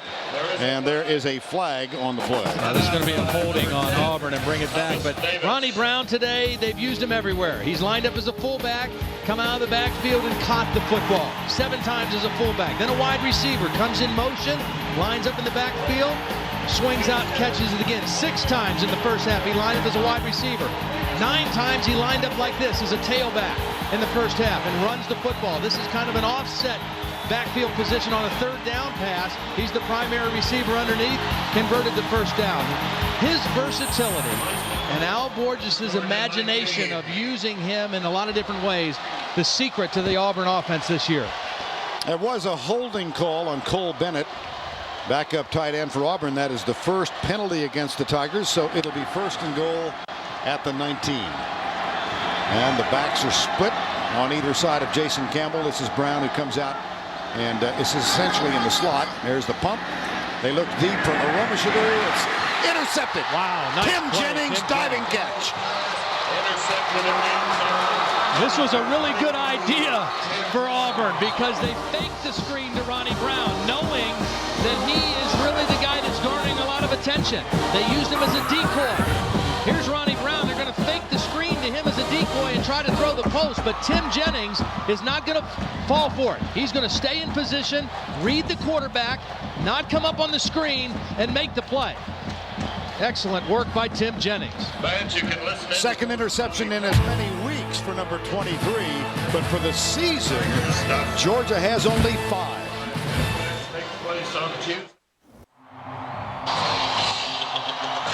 Last time the Tigers were 9-0 was 1994. They were on probation that year, ineligible for a bowl. Went on to win 20 in a row. They're trying to make it 10 in a row and go to a huge bowl this year, as in orange. That's the goal. Here are the Georgia Bulldogs. David Green back in a quarterback. Let's go down to Tracy Wolfson. Trace. Thanks, Vern. Here on the Georgia sidelines, alongside the water cooler, you'll find a woman in a baseball cap wearing Georgia gear, dispensing drinks to the players. She tries to remain anonymous, but the secret is out. It's the coach's wife, Catherine Richt. What does Mark Richt think about this? He said it's not often you get to kiss the water girl. Back to you guys. All right, thank you, Tracy. Catherine Richt, by the way, is 4-0 as the water girl every road game. Here's Pollock. He's been sacked twice. He goes deep. It's overthrown, and Junior Rosegreen is going to get flagged. Absolutely. Well, one of the strategies for Auburn today coming in was to disrupt Fred Gibson, to upset him, to get him out of his game. 0 catches in the first half. This was a throwaway by David Green, but a little too much extracurricular on the sideline by Junior Rosegreen. Fred Gibson has been a non-factor in the game, but that dead ball, kind of a foolish personal penalty. Foul. Number 4, defense. The penalty's 15 yards from the previous spot. Automatic David Green down. is just trying to avoid the sack. He threw that away, and an unnecessary penalty hit him high in the back of the head, right on the Georgia sideline. They really wanted to disrupt him and get into his head and be physical with him, and they've done that. But that time a little bit late. See the 5 interceptions in the graphic for Junior Rosegreen. 4 of those came in that win at Tennessee. Here's Green, goes to the left side. Reggie Brown. That was in front of Carlos Rogers. Brown goes out of bounds. 9:21 to go as Brown goes out of bounds. Gibson has not been a factor. No catches. They've thrown at him a couple times, but he's not come up with a catch. That's only Reggie Brown's third catch. So they're two big weapons. The two outside receivers, Reggie Brown and Fred Gibson, 3 catches between them so far in the ballgame. 2nd and 1. Pope, the tight end, will readjust, goes to the left side.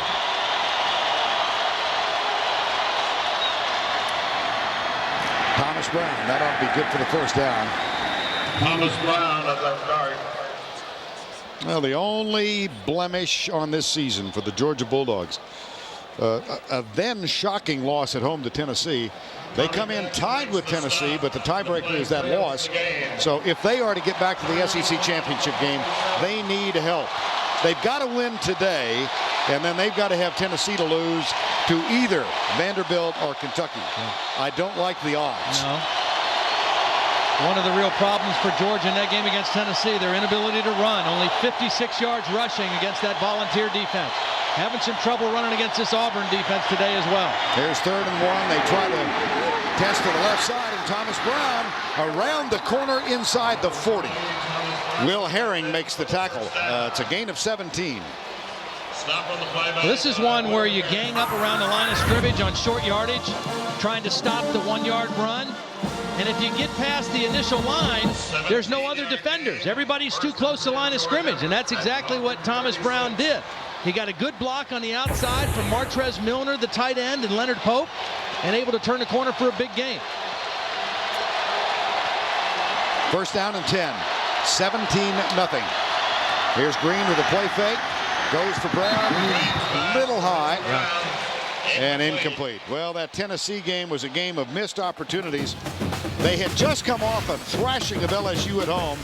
Remember this kickoff return? Most memorable by the holding penalty that was called on Leonard Pope. It wiped out what would have been a 1st and goal. Then Andy Bailey pulled one left from 29. And a failed fake punt attempt on 4th down as Joe Tarashinsky was caught short. They lost it 19-14. There's the draw play. Brown bounces back to his right. Will be tackled at the 30. It'll be 3rd down. Number 20. Karevi Dede. You talk about missed opportunities, and you so astutely pointed out in the first half, the missed opportunities just important in this kind of a game, in this intensity.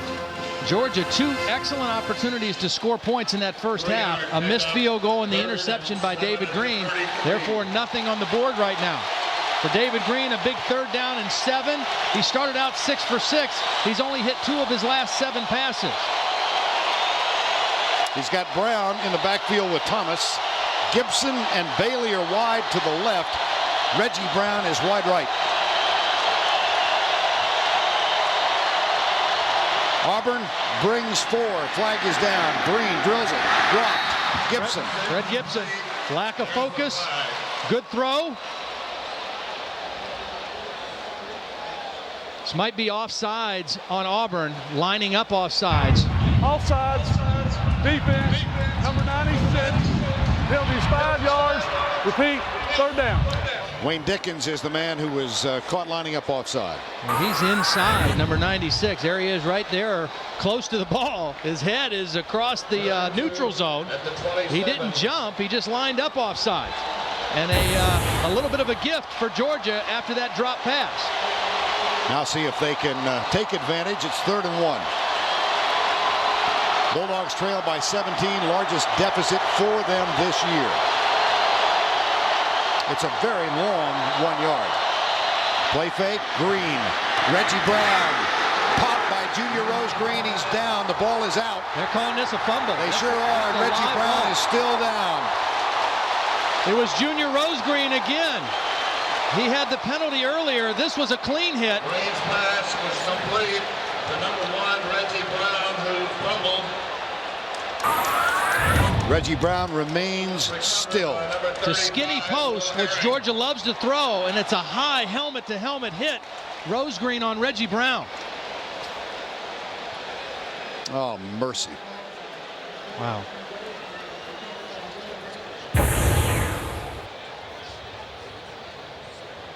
A sudden stillness envelops Jordan-Hare. Time called.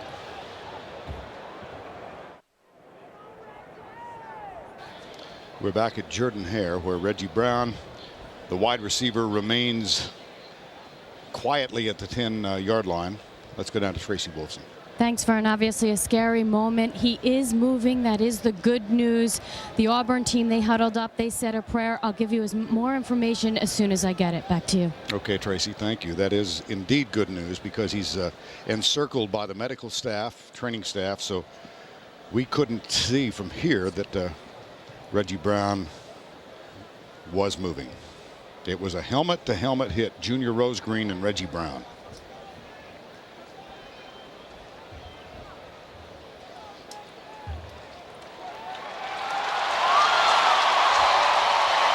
There's the collision.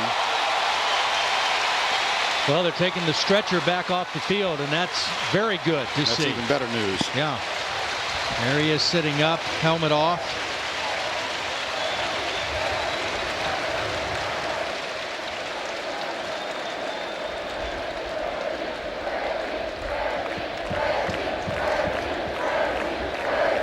See, his Georgia teammates were also kneeling in prayer during the timeout, and looks of concern on just about everybody here. Yeah, this is one of those moments where it doesn't matter what color sweatshirt or hat you're wearing. I mean, you are everybody involved in wishing the best for Reggie Brown right now.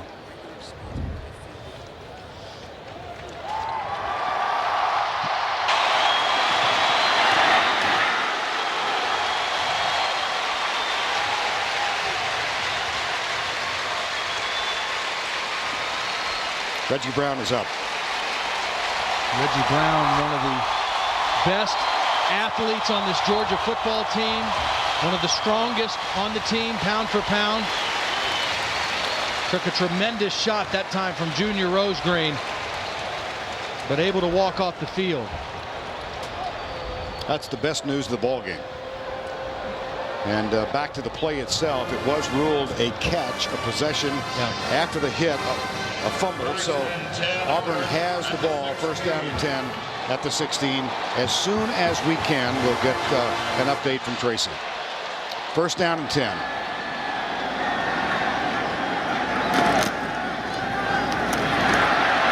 Cadillac Williams to the 21-yard line. Thomas Davis with the tackle. You know, and you hate to lump this in with the other situations, but that's got to be considered a bit of a missed opportunity for Georgia again, because they were in scoring territory. They were in position to maybe put some points on the board, breathe some life into their offense, and the turnover gives the ball back to Auburn.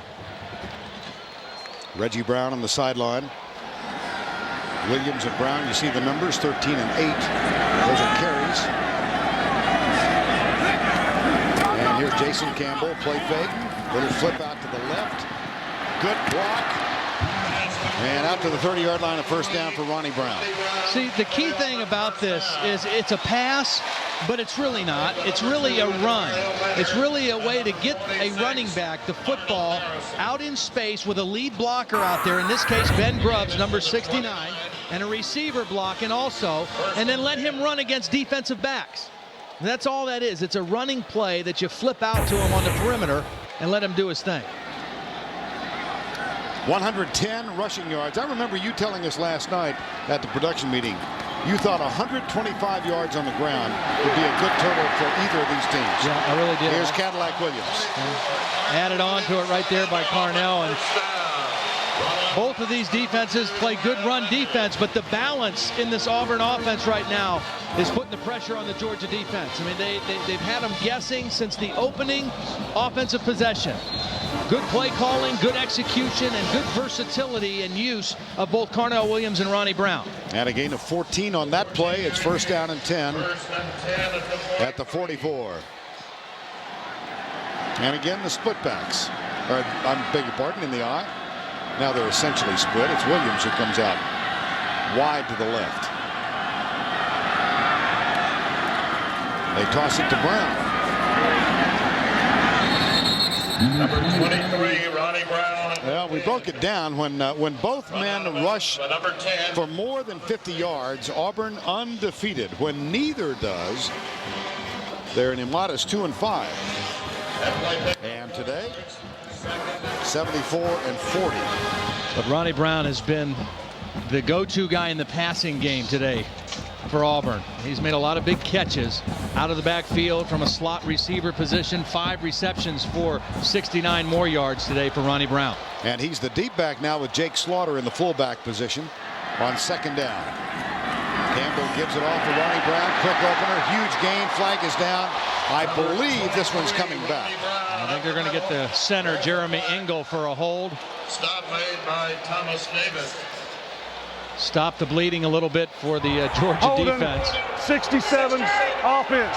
Penalties 10 yards from the previous spot. That is the center, Jeremy Engel. And while they march off the penalty, let's go back to Tim Brando in New York.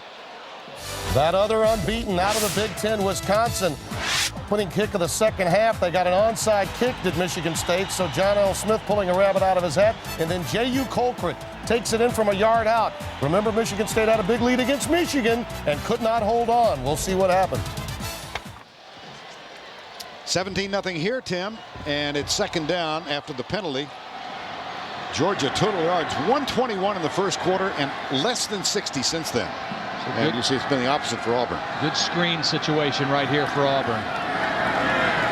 There you have it. Ronnie Brown makes the catch. Stop by number 46, well, Arnold Harris. Bowl championship series, the top 5 teams this week: Oklahoma, Southern Cal, Auburn, California, and the Badgers of Wisconsin.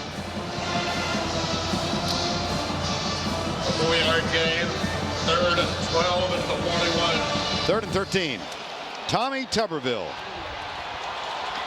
started out his coaching career at Hermitage High School in Arkansas. Became a volunteer for Larry Lacewell at Arkansas State. Talked his way onto Jimmy Johnson's staff at Miami. Then went to Ole Miss after a year at A&M and was in his prime here. There's a pass out to Carnell Williams, number 24. Well, I think we all remember November 20th a year ago. This team, Auburn team, lost its first 2 games last year, USC and Georgia Tech. Tommy Tuberville said yesterday that the president, Dr. William Walker, decided after that second game to run him out of town, as he said. It was on November 20th, an ill-fated plane ride on Bobby Louder, a trustee's plane. William Walker, the president, David Housel, the AD, 2 members of the trustees, went in the thick of the night to Louisville to talk to Bobby Petrino and to offer him the Auburn job. This was after the loss to Georgia a week ago. When word of that trip got out, here's the punt and the tackle. Tommy Tuberville said he had 15,000 emails and messages. He's kept a lot of them, hasn't read them all, but 99% of them expressed their disturbance at the plane ride, their belief that he ought to be retained as coach. He won.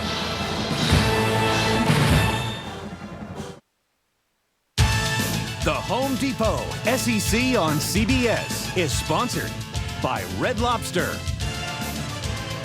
the Hartford Mutual Funds, IBM, and by Pontiac.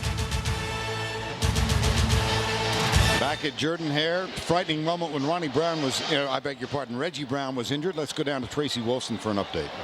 Thanks, Vern. An update on Reggie Brown.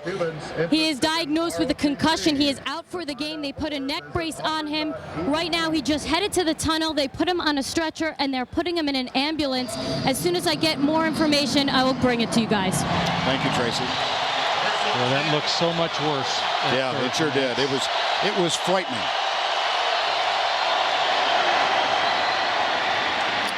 There's the handoff up the middle. Number 20. Thomas Brown, number 20. Will Herring makes the tackle. Missed field goal to open the game. And look at what happened to the Georgia Bulldogs since then. Yeah, not a lot of production. And then, this one here and this one here, they were actually in scoring territory and came away with nothing. And now the pressure falls more on Fred Gibson. He's not in the game right now, but no catches today with his running mate Reggie Brown out of the game. Gibson must step up if Georgia hopes to have a chance here.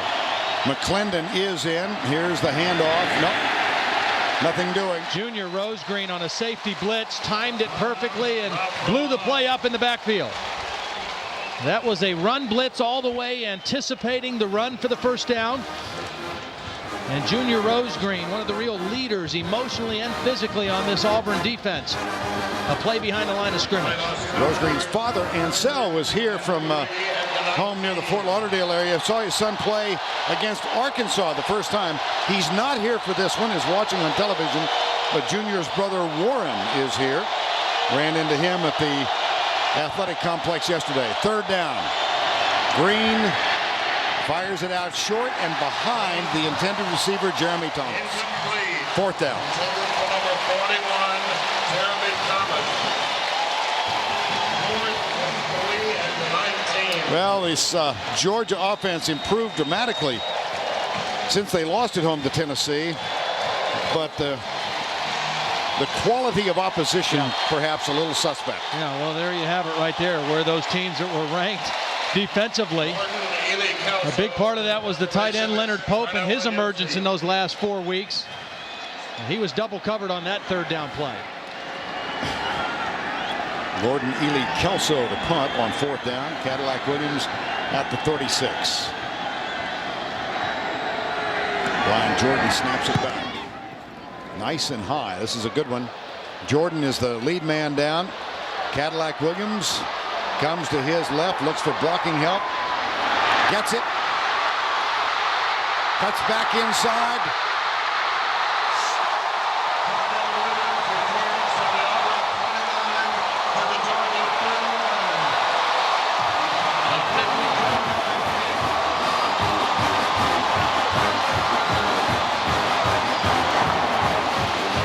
He's run the ball well.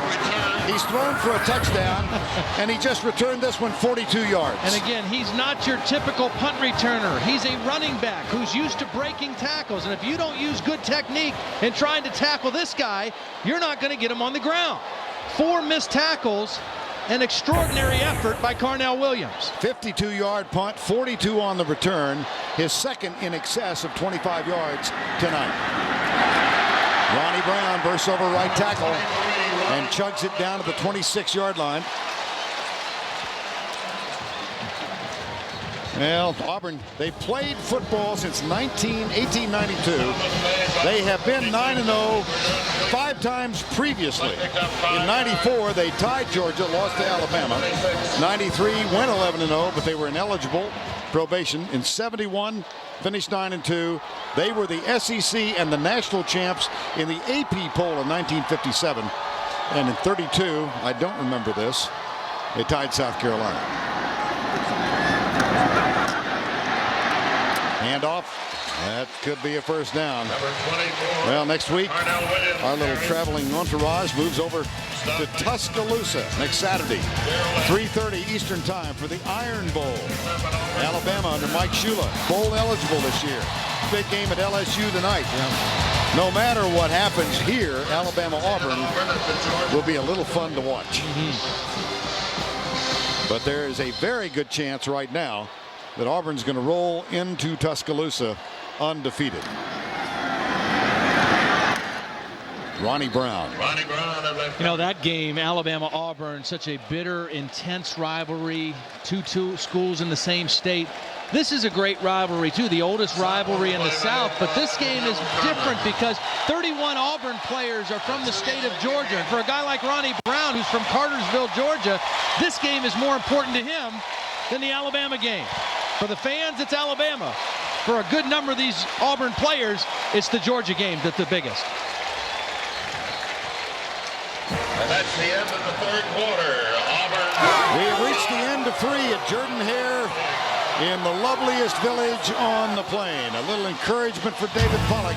The Bulldogs need a resurgence. We'll return right after these messages and this word from your local station.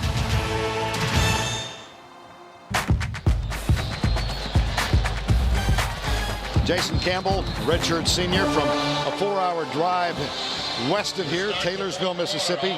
15 of 19 in this ball game for 156 yards. He's had a little help from guys named Brown and Williams. Yeah. But he's managed things so beautifully for this offense all season long. Here's Campbell's run. Tommy Tuberville telling us yesterday he hoped to run him 8 times. That's the second of significance as we begin the fourth quarter. Vern Lundquist, Todd Blackledge, along with Tracy Wolfson. I'm old enough to remember James Brooks and Joe Cribbs, 2 great running backs at Auburn. Brown and Williams in that category. I think so, and they're so versatile. I mean, you know, Auburn didn't throw the football that much back when those guys played. Very versatile offense this year with Jason Campbell, and these 2 guys have combined running it for over 125 yards together, catching it real well. Of course, Carnell Williams, a couple big punt returns. He's thrown a touchdown pass. These 2 guys, so dangerous in so many ways. 3rd and 5. There's Brown. There's a touchdown. There's another one. On cue, Reggie. Ronnie.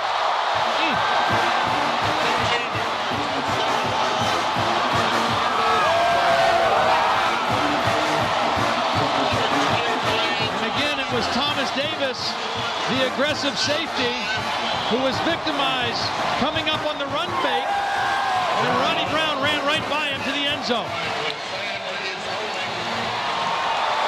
Campbell is 16 of 20. John Vaughn with the extra point.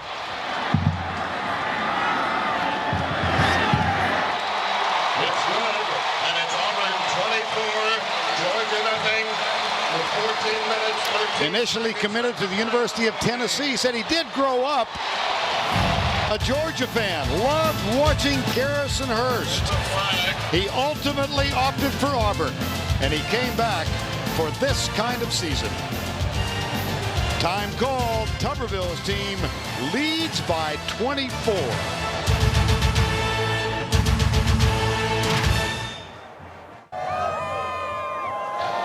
.13 to go, fourth quarter.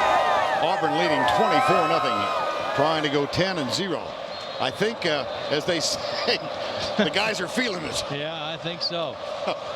Again, Roddy Brown, one of the Georgia kids on this team. This game's so important to him. They've lost the last 2 years in a row to Georgia. There was a penalty on the extra point, a personal foul, so this one goes into the stands. Let's take another look at this Campbell to Brown touchdown toss. Now here's Ronnie Brown, and here's Thomas Davis. Now watch as Brown comes out. Davis is going to come up. Brown's going to go right by him for the end zone. Again, the aggressiveness of Thomas Davis. He gets out of position. Brown runs by him with a little bit of a hesitation, and then a beautiful throw by Jason Campbell right over the outside shoulder. And again, the soft hands of Reggie Brown. Reggie Brown, or Ronnie Brown, the leading rush receiver for Auburn in the game. 7 catches, 88 yards and a touchdown. Carnell Williams, the leading rusher in the game. 15 carries, 80 yards. Those 2 guys, dynamic football players. DJ Shockley on in relief of David Green. First appearance in this half. Here's Shockley with a play fake. Goes right. Max Gene Gillis provides the block. And I'm not sure where that was intended, but it wound up in the breadbasket of Mayo Sowell. Which NFL game is in your area? And Keeney Jeff Sluman tied with Steve Flesh and Justin Leonard as they go into the final round. The host is on the board too there in 3rd place. 2nd down. Shockley out of the gun.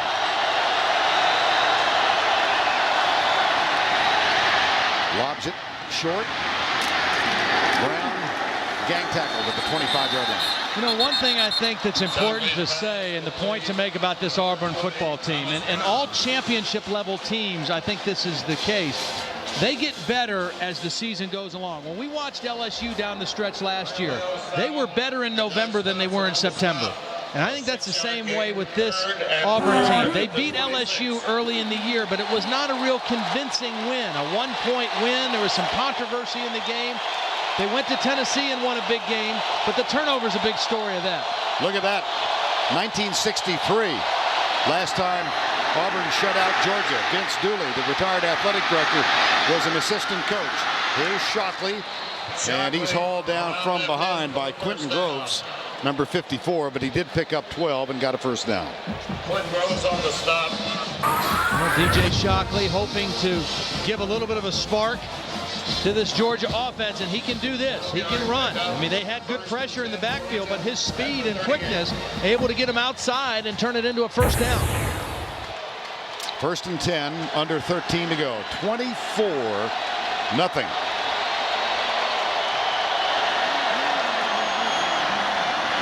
Here's Brown. We have not seen Danny Ware tonight. Danny Ware, the other freshman running back, with a knee and ankle injury in the win over Kentucky last week. But Thomas Brown was going to start this game regardless, because Danny Ware had problems with fumbles in the last couple of games. And there's Danny Ware. It was a game-time decision whether or not he would go. We were told he was available. Yeah. And he's had a terrific season. And he looked okay in warm-ups. I mean, they didn't pull him out of warm-ups right before the game, but Thomas Brown, they've decided to go the whole way with him. 2nd and 5. Shockley in the spread. Handoff. Wow. He went right under Doug Langenfeld on that one. I mean, Doug Langenfeld was unblocked, and Thomas Brown just went right under him at 5'8". He became about 5'5" and went under Langenfeld. Watch this. Watch Langenfeld, number 98. He's going to come clean, unblocked, and then bloop, right under his arm. Thomas Brown shrunk about 4 inches and gained some yards. 3rd and 1. This Georgia team playing without the services of Reggie Brown after that helmet-to-helmet hit in the 3rd quarter of play. Here's Brown coming left. And let's get more on Reggie Brown's status. Here's Tracy Wolfson. Thanks, Vern. Just a bit more information on Reggie Brown. We saw him leave by ambulance. Georgia trainers told us he went to the hospital for x-rays. They would not tell us exactly what they were looking at, though. Of course, if we get any more information, we will have it for you. All right, Tracy, thank you. The best news, I think, was seeing him walk off unaided. Rush defense, Auburn.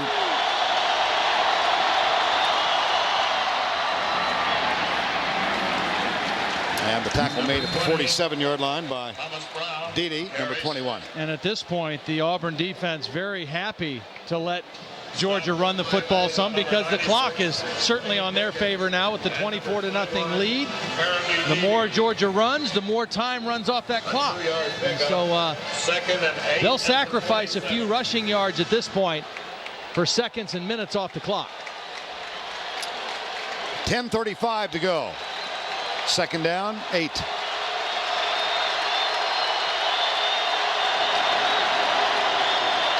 Blitz is threatened. Here comes Junior Rosegreen. Shockley under some pressure, fires it too high for Sean Bailey. Number 4, incomplete. Sean Bailey, incomplete. Now let's check this week's Scholar Athlete presented by Red Lobster. Sophomore defensive back Will Herring. Sophomore with a 3.2 GPA in exercise science. A COSIDA academic all-district 4 recipient from nearby Opelika. Red Lobster's commitment to the investment of our future shown today by donating $1,000 to Auburn's General Scholarship Fund. Tony Milton is in now. The seldom used running back. He was injured most of last year. He's played 4 games this year. Shockley play fake. Rolling right. In jail. Carlos Rogers never bought the fake. And that was a designed run. There were no receivers going out on pass routes on that 3rd down and 8. That was a designed quarterback keeper that did nothing at all to affect the Auburn defense. They're going to play fake to Milton and come out this way with Shockley, but nobody gave up on the play on Auburn. Carlos Rogers is having an outstanding ball game, both defending the pass and defending the run. He's another of those Georgians. Carlos Rogers is from Augusta and says no, he has no interest in golf. Unlike Steve Spurrier. 4th down. He loves golf. Here's the high punt, Ely Kelso. And a fair catch called by Cadillac Williams at the 11.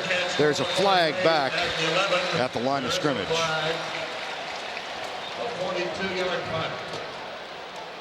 You know, I want to go back and add a little bit to a point I made earlier about this Auburn team getting better as the season has gone on. The most impressive win prior to today, if this holds out, was when they went to Knoxville and they beat Tennessee handily, who they may end up facing in the SEC championship game in a rematch on December 4th. But there were 6 turnovers by Tennessee, and a lot of the thought was, well, if they don't turn it over, it's not that kind of game. Today, this has been a dominating Auburn team and an impressive game against a good Georgia team. Now, it's time for the Block of the Day, presented by Earthlink.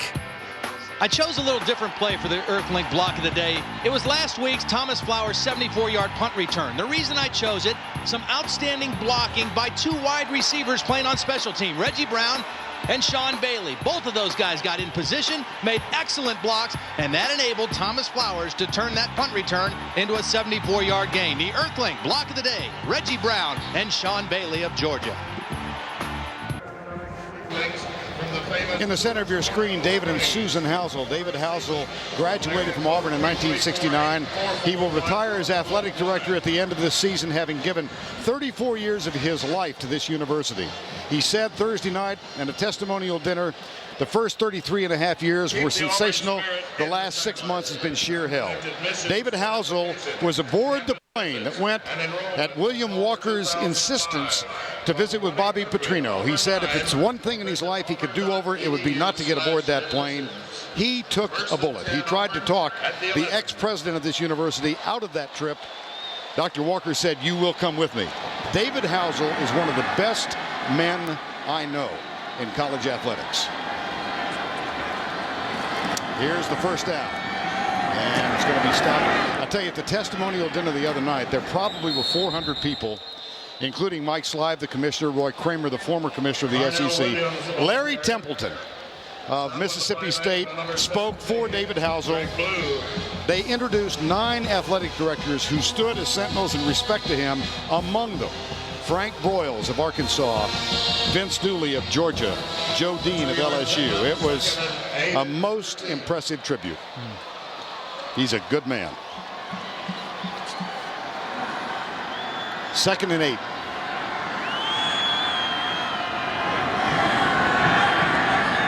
I think at some point, if you're Tommy Tuberville and Al Borges now, you think about getting Carnell Williams and Ronnie Brown out of the football game. Another good run by Carnell. But with 8:25 left and a 24-0 lead, you may want to rest him.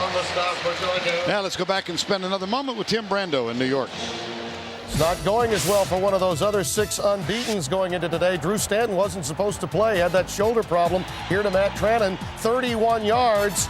If this score holds, Michigan would have the inside track for the Rose Bowl. Big doings in the Big Ten, fellas. Boy. My goodness. It's been an intriguing season, hasn't it? Wisconsin looked like one of those teams that was getting better as the season went along as well, until they headed up to East Lansing. Here's Campbell, right side. Aroma Shadu with the catch. Well, we went into this afternoon.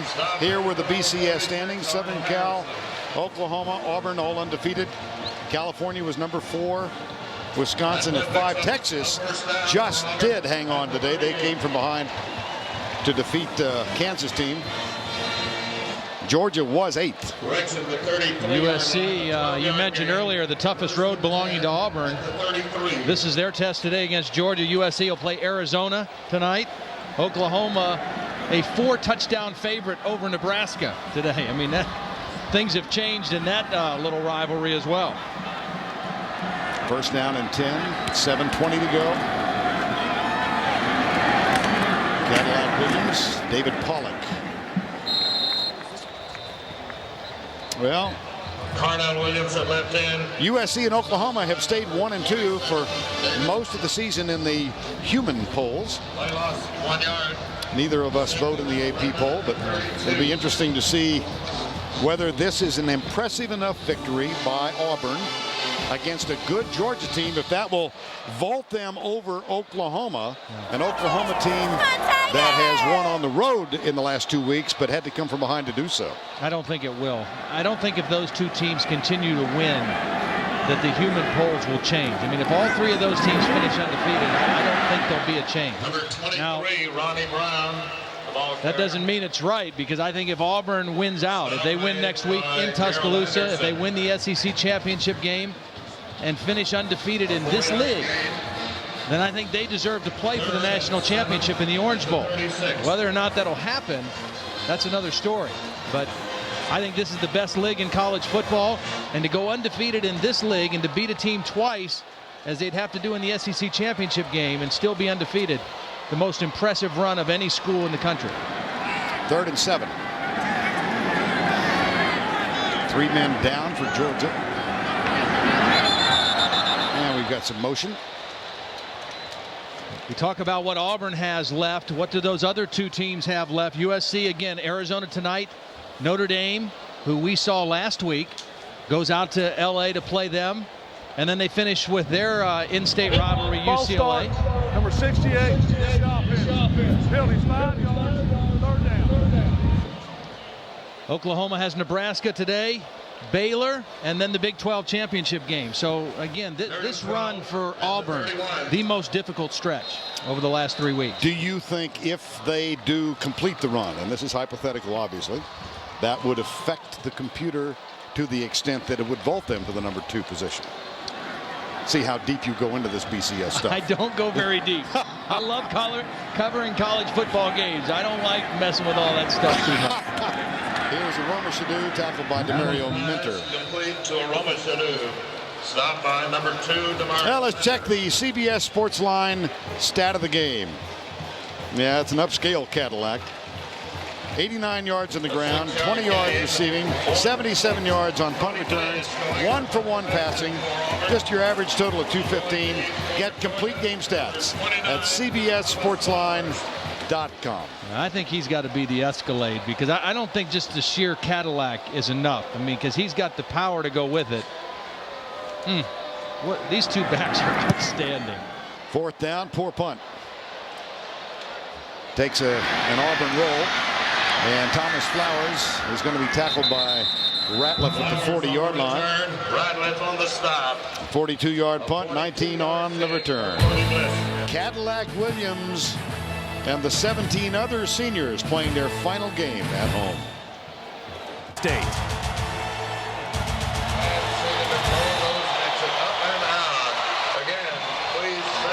87,541 here, most of whom are clad in blue and orange.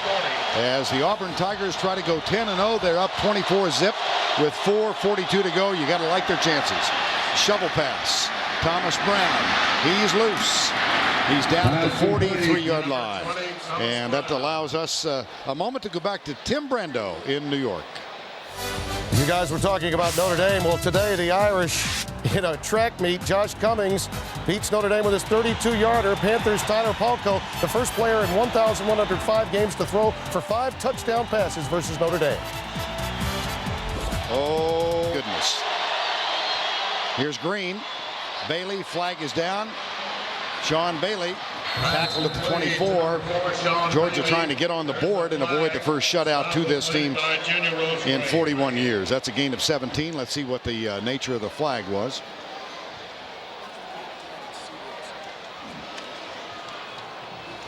Offsides. Defense, number 75. Penalties declined.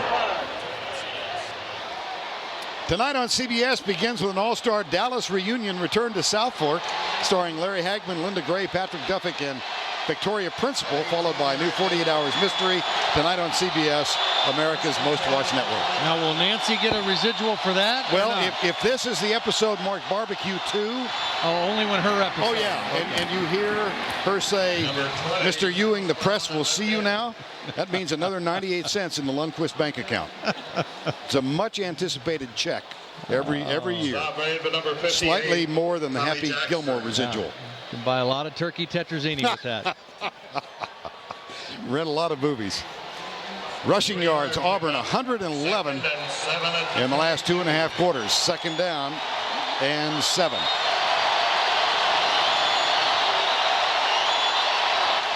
Yeah. Movement Well, to a man, the Auburn Tigers with whom we spoke and talked about the LSU game as being pivotal. It was back in September. Courtney Taylor scored as Jason Campbell passed it to score the tie at 9. The extra point sailed wide, but a penalty was called against LSU's Ronnie Prude. Auburn had a second chance. Watch the hold here. Sam Reeves, maybe one of the plays of the season. Reached down, held it. The extra point from John Pond was good. And LSU fell 10-9. Here's the pass underneath, and that's at the 18. Now, Sam Reeves, to me, just exemplifies college football. He's from Pelham, Alabama. He's a redshirt senior. He redshirted his first year, 2 years on the scout team, 1 game going into this year. He played as a holder against Louisiana Monroe. He has, number 5 is the 9th different jersey number he's worn. And he's going to let her, by gosh, this year, and he has earned it. Here's Green. Bailey. First down at the 11. Sean Bailey. Stop made by number 19, Montavis Pitts. Here's Mark Richt on the sideline. First down. 4th season. David Green, David Pollock complete their careers this year. This is their last road trip. David Green and his teammates are 15-1 on the road under his leadership. Here's Green in the corner.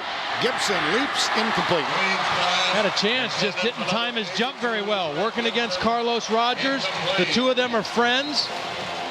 Hang out together in Atlanta some in the summer. They met as freshmen, and he just didn't time his jump. He jumped too early. You know, he's got the great leaping ability, the former basketball player. If he just held on a half a second, he'd have jumped up and caught that one in front of Carlos.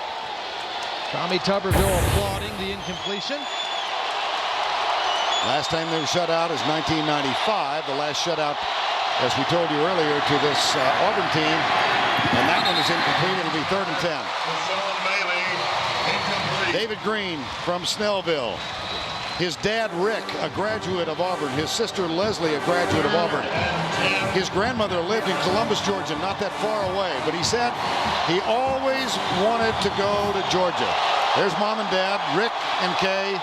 Long, long afternoon. 3rd and 10.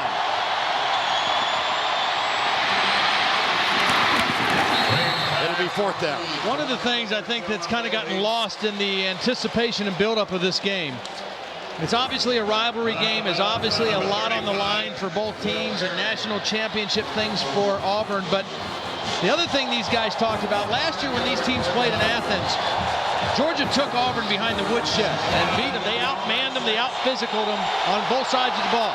A complete reversal this time around in Auburn. 4th down to try and get on the board. Auburn has not lost since that 26-7 defeat in Athens a year ago. Here's Green back, drills it, flag is down. It's a touchdown for Pope. The ball crossed the plane, but there is a flag. There is a flag.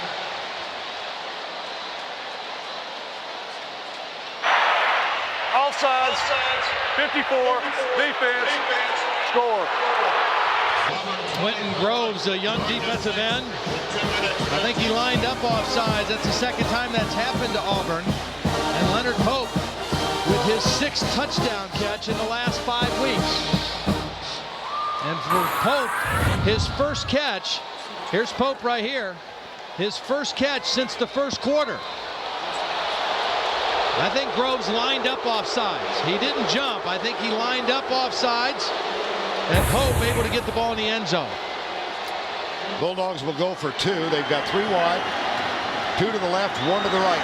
Here's Green back. Comes near side. It's incomplete. Intended for Gibson. Carlos Rogers again. Gartrell, rather. He talked about this game being a game that he could make some money because there's going to be a lot of NFL scouts watching this matchup. And he has more than held his own in this football game.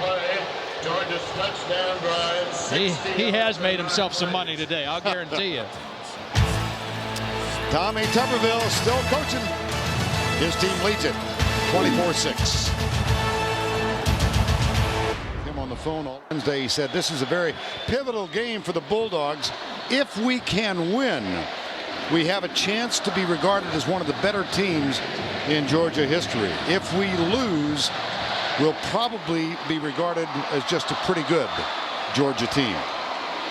David Pollock, David Green, teammates, best friends since they were 6 years of age, roommates, polar opposites in personality, but boy, do they complement one another. And they're about to lose on the road for only the second time in their careers. Coming up next, the TIAA Kraft College Football Today program. 18-point margin in this, the 108th meeting. And you know what? The two teams' point differential now, it's back to 1 in 107, 108 meetings. Here's the onside attempt. And the all-hands people are there. Ben Obamanu, number 2. Taken by number 2, Ben Obamanu. They played here 1892. They played in Atlanta. Look at this, 108 meetings. Auburn has a huge edge in point accumulation. The edge is 1. First and 10, Auburn. That's up to date. Well, it looks like that other trend is going to be put on hold for a while, of the visiting team having the edge in this series. Georgia won at home last year in Athens, and looks like Auburn's going to take care of business on their home turf this year. Carnell Williams still in the game. A little surprised? I am a little surprised, just because of how good and rugged that Alabama defense is that they're going to face next week. There's Williams to the 40-yard line on first down, nearing the 2-minute mark of this game. But Auburn did have the week off, and I think that you can see that it really paid off for them. Georgia, their 7th straight game. Auburn went 9 straight before having the week off last week, and took full advantage of it. Very fresh-looking football team today.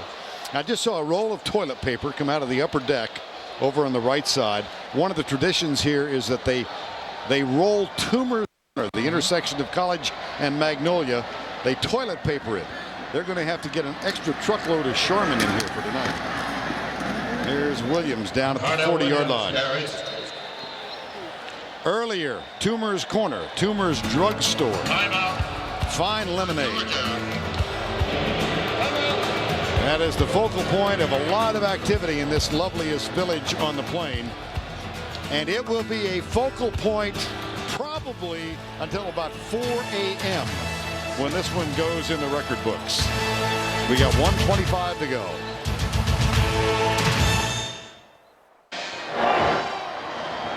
Just a moment ago, Cadillac Williams comes to the near side.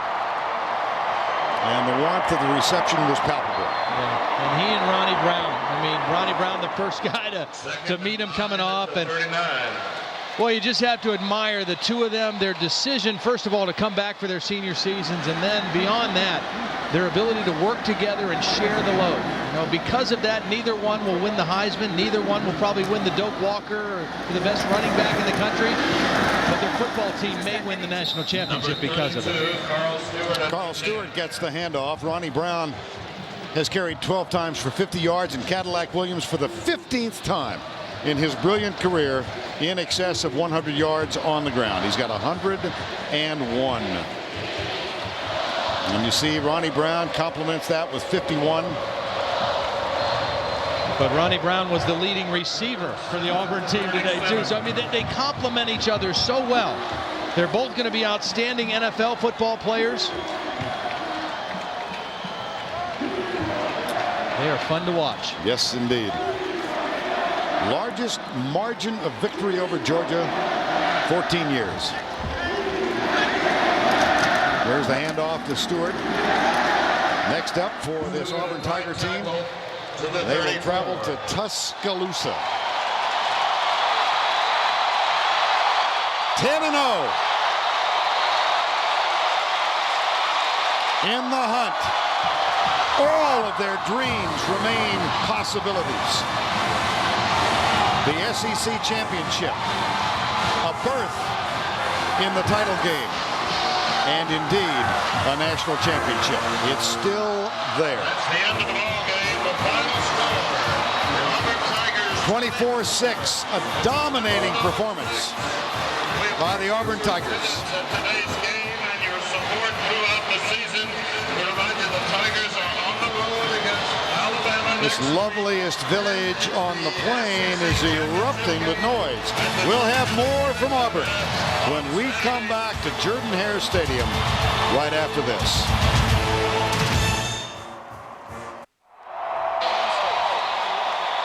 (24-6) the final. Auburn wins it. We go down to Tracy Wolfson. Thanks, Vern. I'm here with the running back duo, 2 stars of the game, Ronnie Brown and Carnell Williams. Guys, your final home game here, a dominating performance over rival Georgia. Does it get any better than this? Not at all. This is how I pictured it. 10-0, can't complain. Great to be a senior. Did you guys make a statement to the pollsters and the voters today? No doubt. I feel like the polls, they're going to have to fill up. You know, we came out and beat one of the best teams. They say going to beat us, so, hey, it's going down. We ready to jump somebody. I ain't calling no names, though. What does this say about your team? We for real. We for real. How did you guys get it done? Everybody just played together like all year, taking it game by game, play by play, and we just outfield's going to outman them this year. Being from Georgia, how great does it feel to beat them? It's great. I can't wait to go home now. Well, let's talk to Coach Tommy Tuberville. Are you just in awe of what transpired today? Well, you know, we've been practicing well all year, and this was one of the special weeks. You know, our seniors have been great to us. It's been emotional all week. This is their last home game. Been a special team. Got a good football team. I'm really proud of the defense, how we played tonight. What does this say about your squad? We got a heck of a football team. We got a lot of work to do, but this is one more step closer. I'm going to have to start doing some politicking now, I guess. Well, thanks a lot, Coach. Finally, is this a statement game for you guys? Well, I hope it is, but we got a big one next week. Thanks a lot. Good luck. Vern, back to you. All right, Tracy, thank you. I think it's significant that of the 18 seniors, 10 have graduated. Players of the game, the ballpark, Franks. Players of the game, Cadillac Williams. 20 rushes, 101 yards. He also threw a 29-yard touchdown pass. And his partner, Ronnie Brown, 7 receptions for 88 yards. He also ran 12 times for 51 yards. Those two are pretty good. Yeah. Jason Campbell, I think, is the most improved football player in the country. Those 2 guys are special. 2 of the best in all of college football. Time now for the 5-star Wrangler play of the game, and for the description, here's Rod Bramlett of the Auburn Radio Network. Taylor comes in motion now, 3-receiver punch set. And he'll toss it to Carnell Williams. Wants to throw, and he does. Wide open, mix at the 10 to the 5. Touchdown! Oh, my goodness! Oh, my goodness! Cadillac Williams, first touchdown throw of his career. That helped Auburn to a 24-6 victory over Georgia. We're going to take this entourage over to Tuscaloosa for next week. For Tracy Wolfson, Todd Blackledge, and his son Harrison, who's been our guest this week. We'll see you next week. Tim Brando back in New York with more of the postgame show right after this. Introducing New Edge Advanced.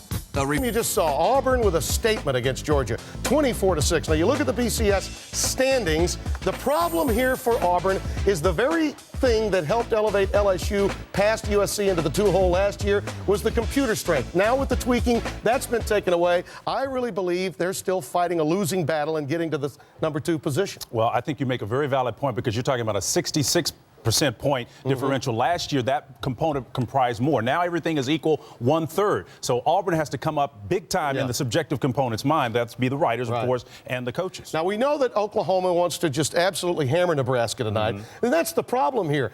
that we're running up scores again. The tweaking just did what exactly what they didn't want to do. I've got to ask whether or not, I mean, again, granted, folks, it was complete domination by Auburn today over Georgia, but did they score enough in the coach's mind and in the writer's mind? So we know what Oklahoma's thinking tonight against Nebraska. We got to blow them out. By the way, I've got a dream sequence for you, all right?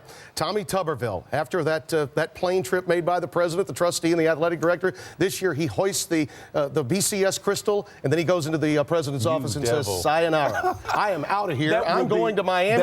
I'm going to take Dave Wanstead's job. Poetic justice, and it would be the same thing that Ron Zook did that was done to him by Steve Spurrier. Yeah. He left pretty much a senior team, a lot of offensive power here on this team for Auburn. They would be empty next year if he does it. Tommy likes to move.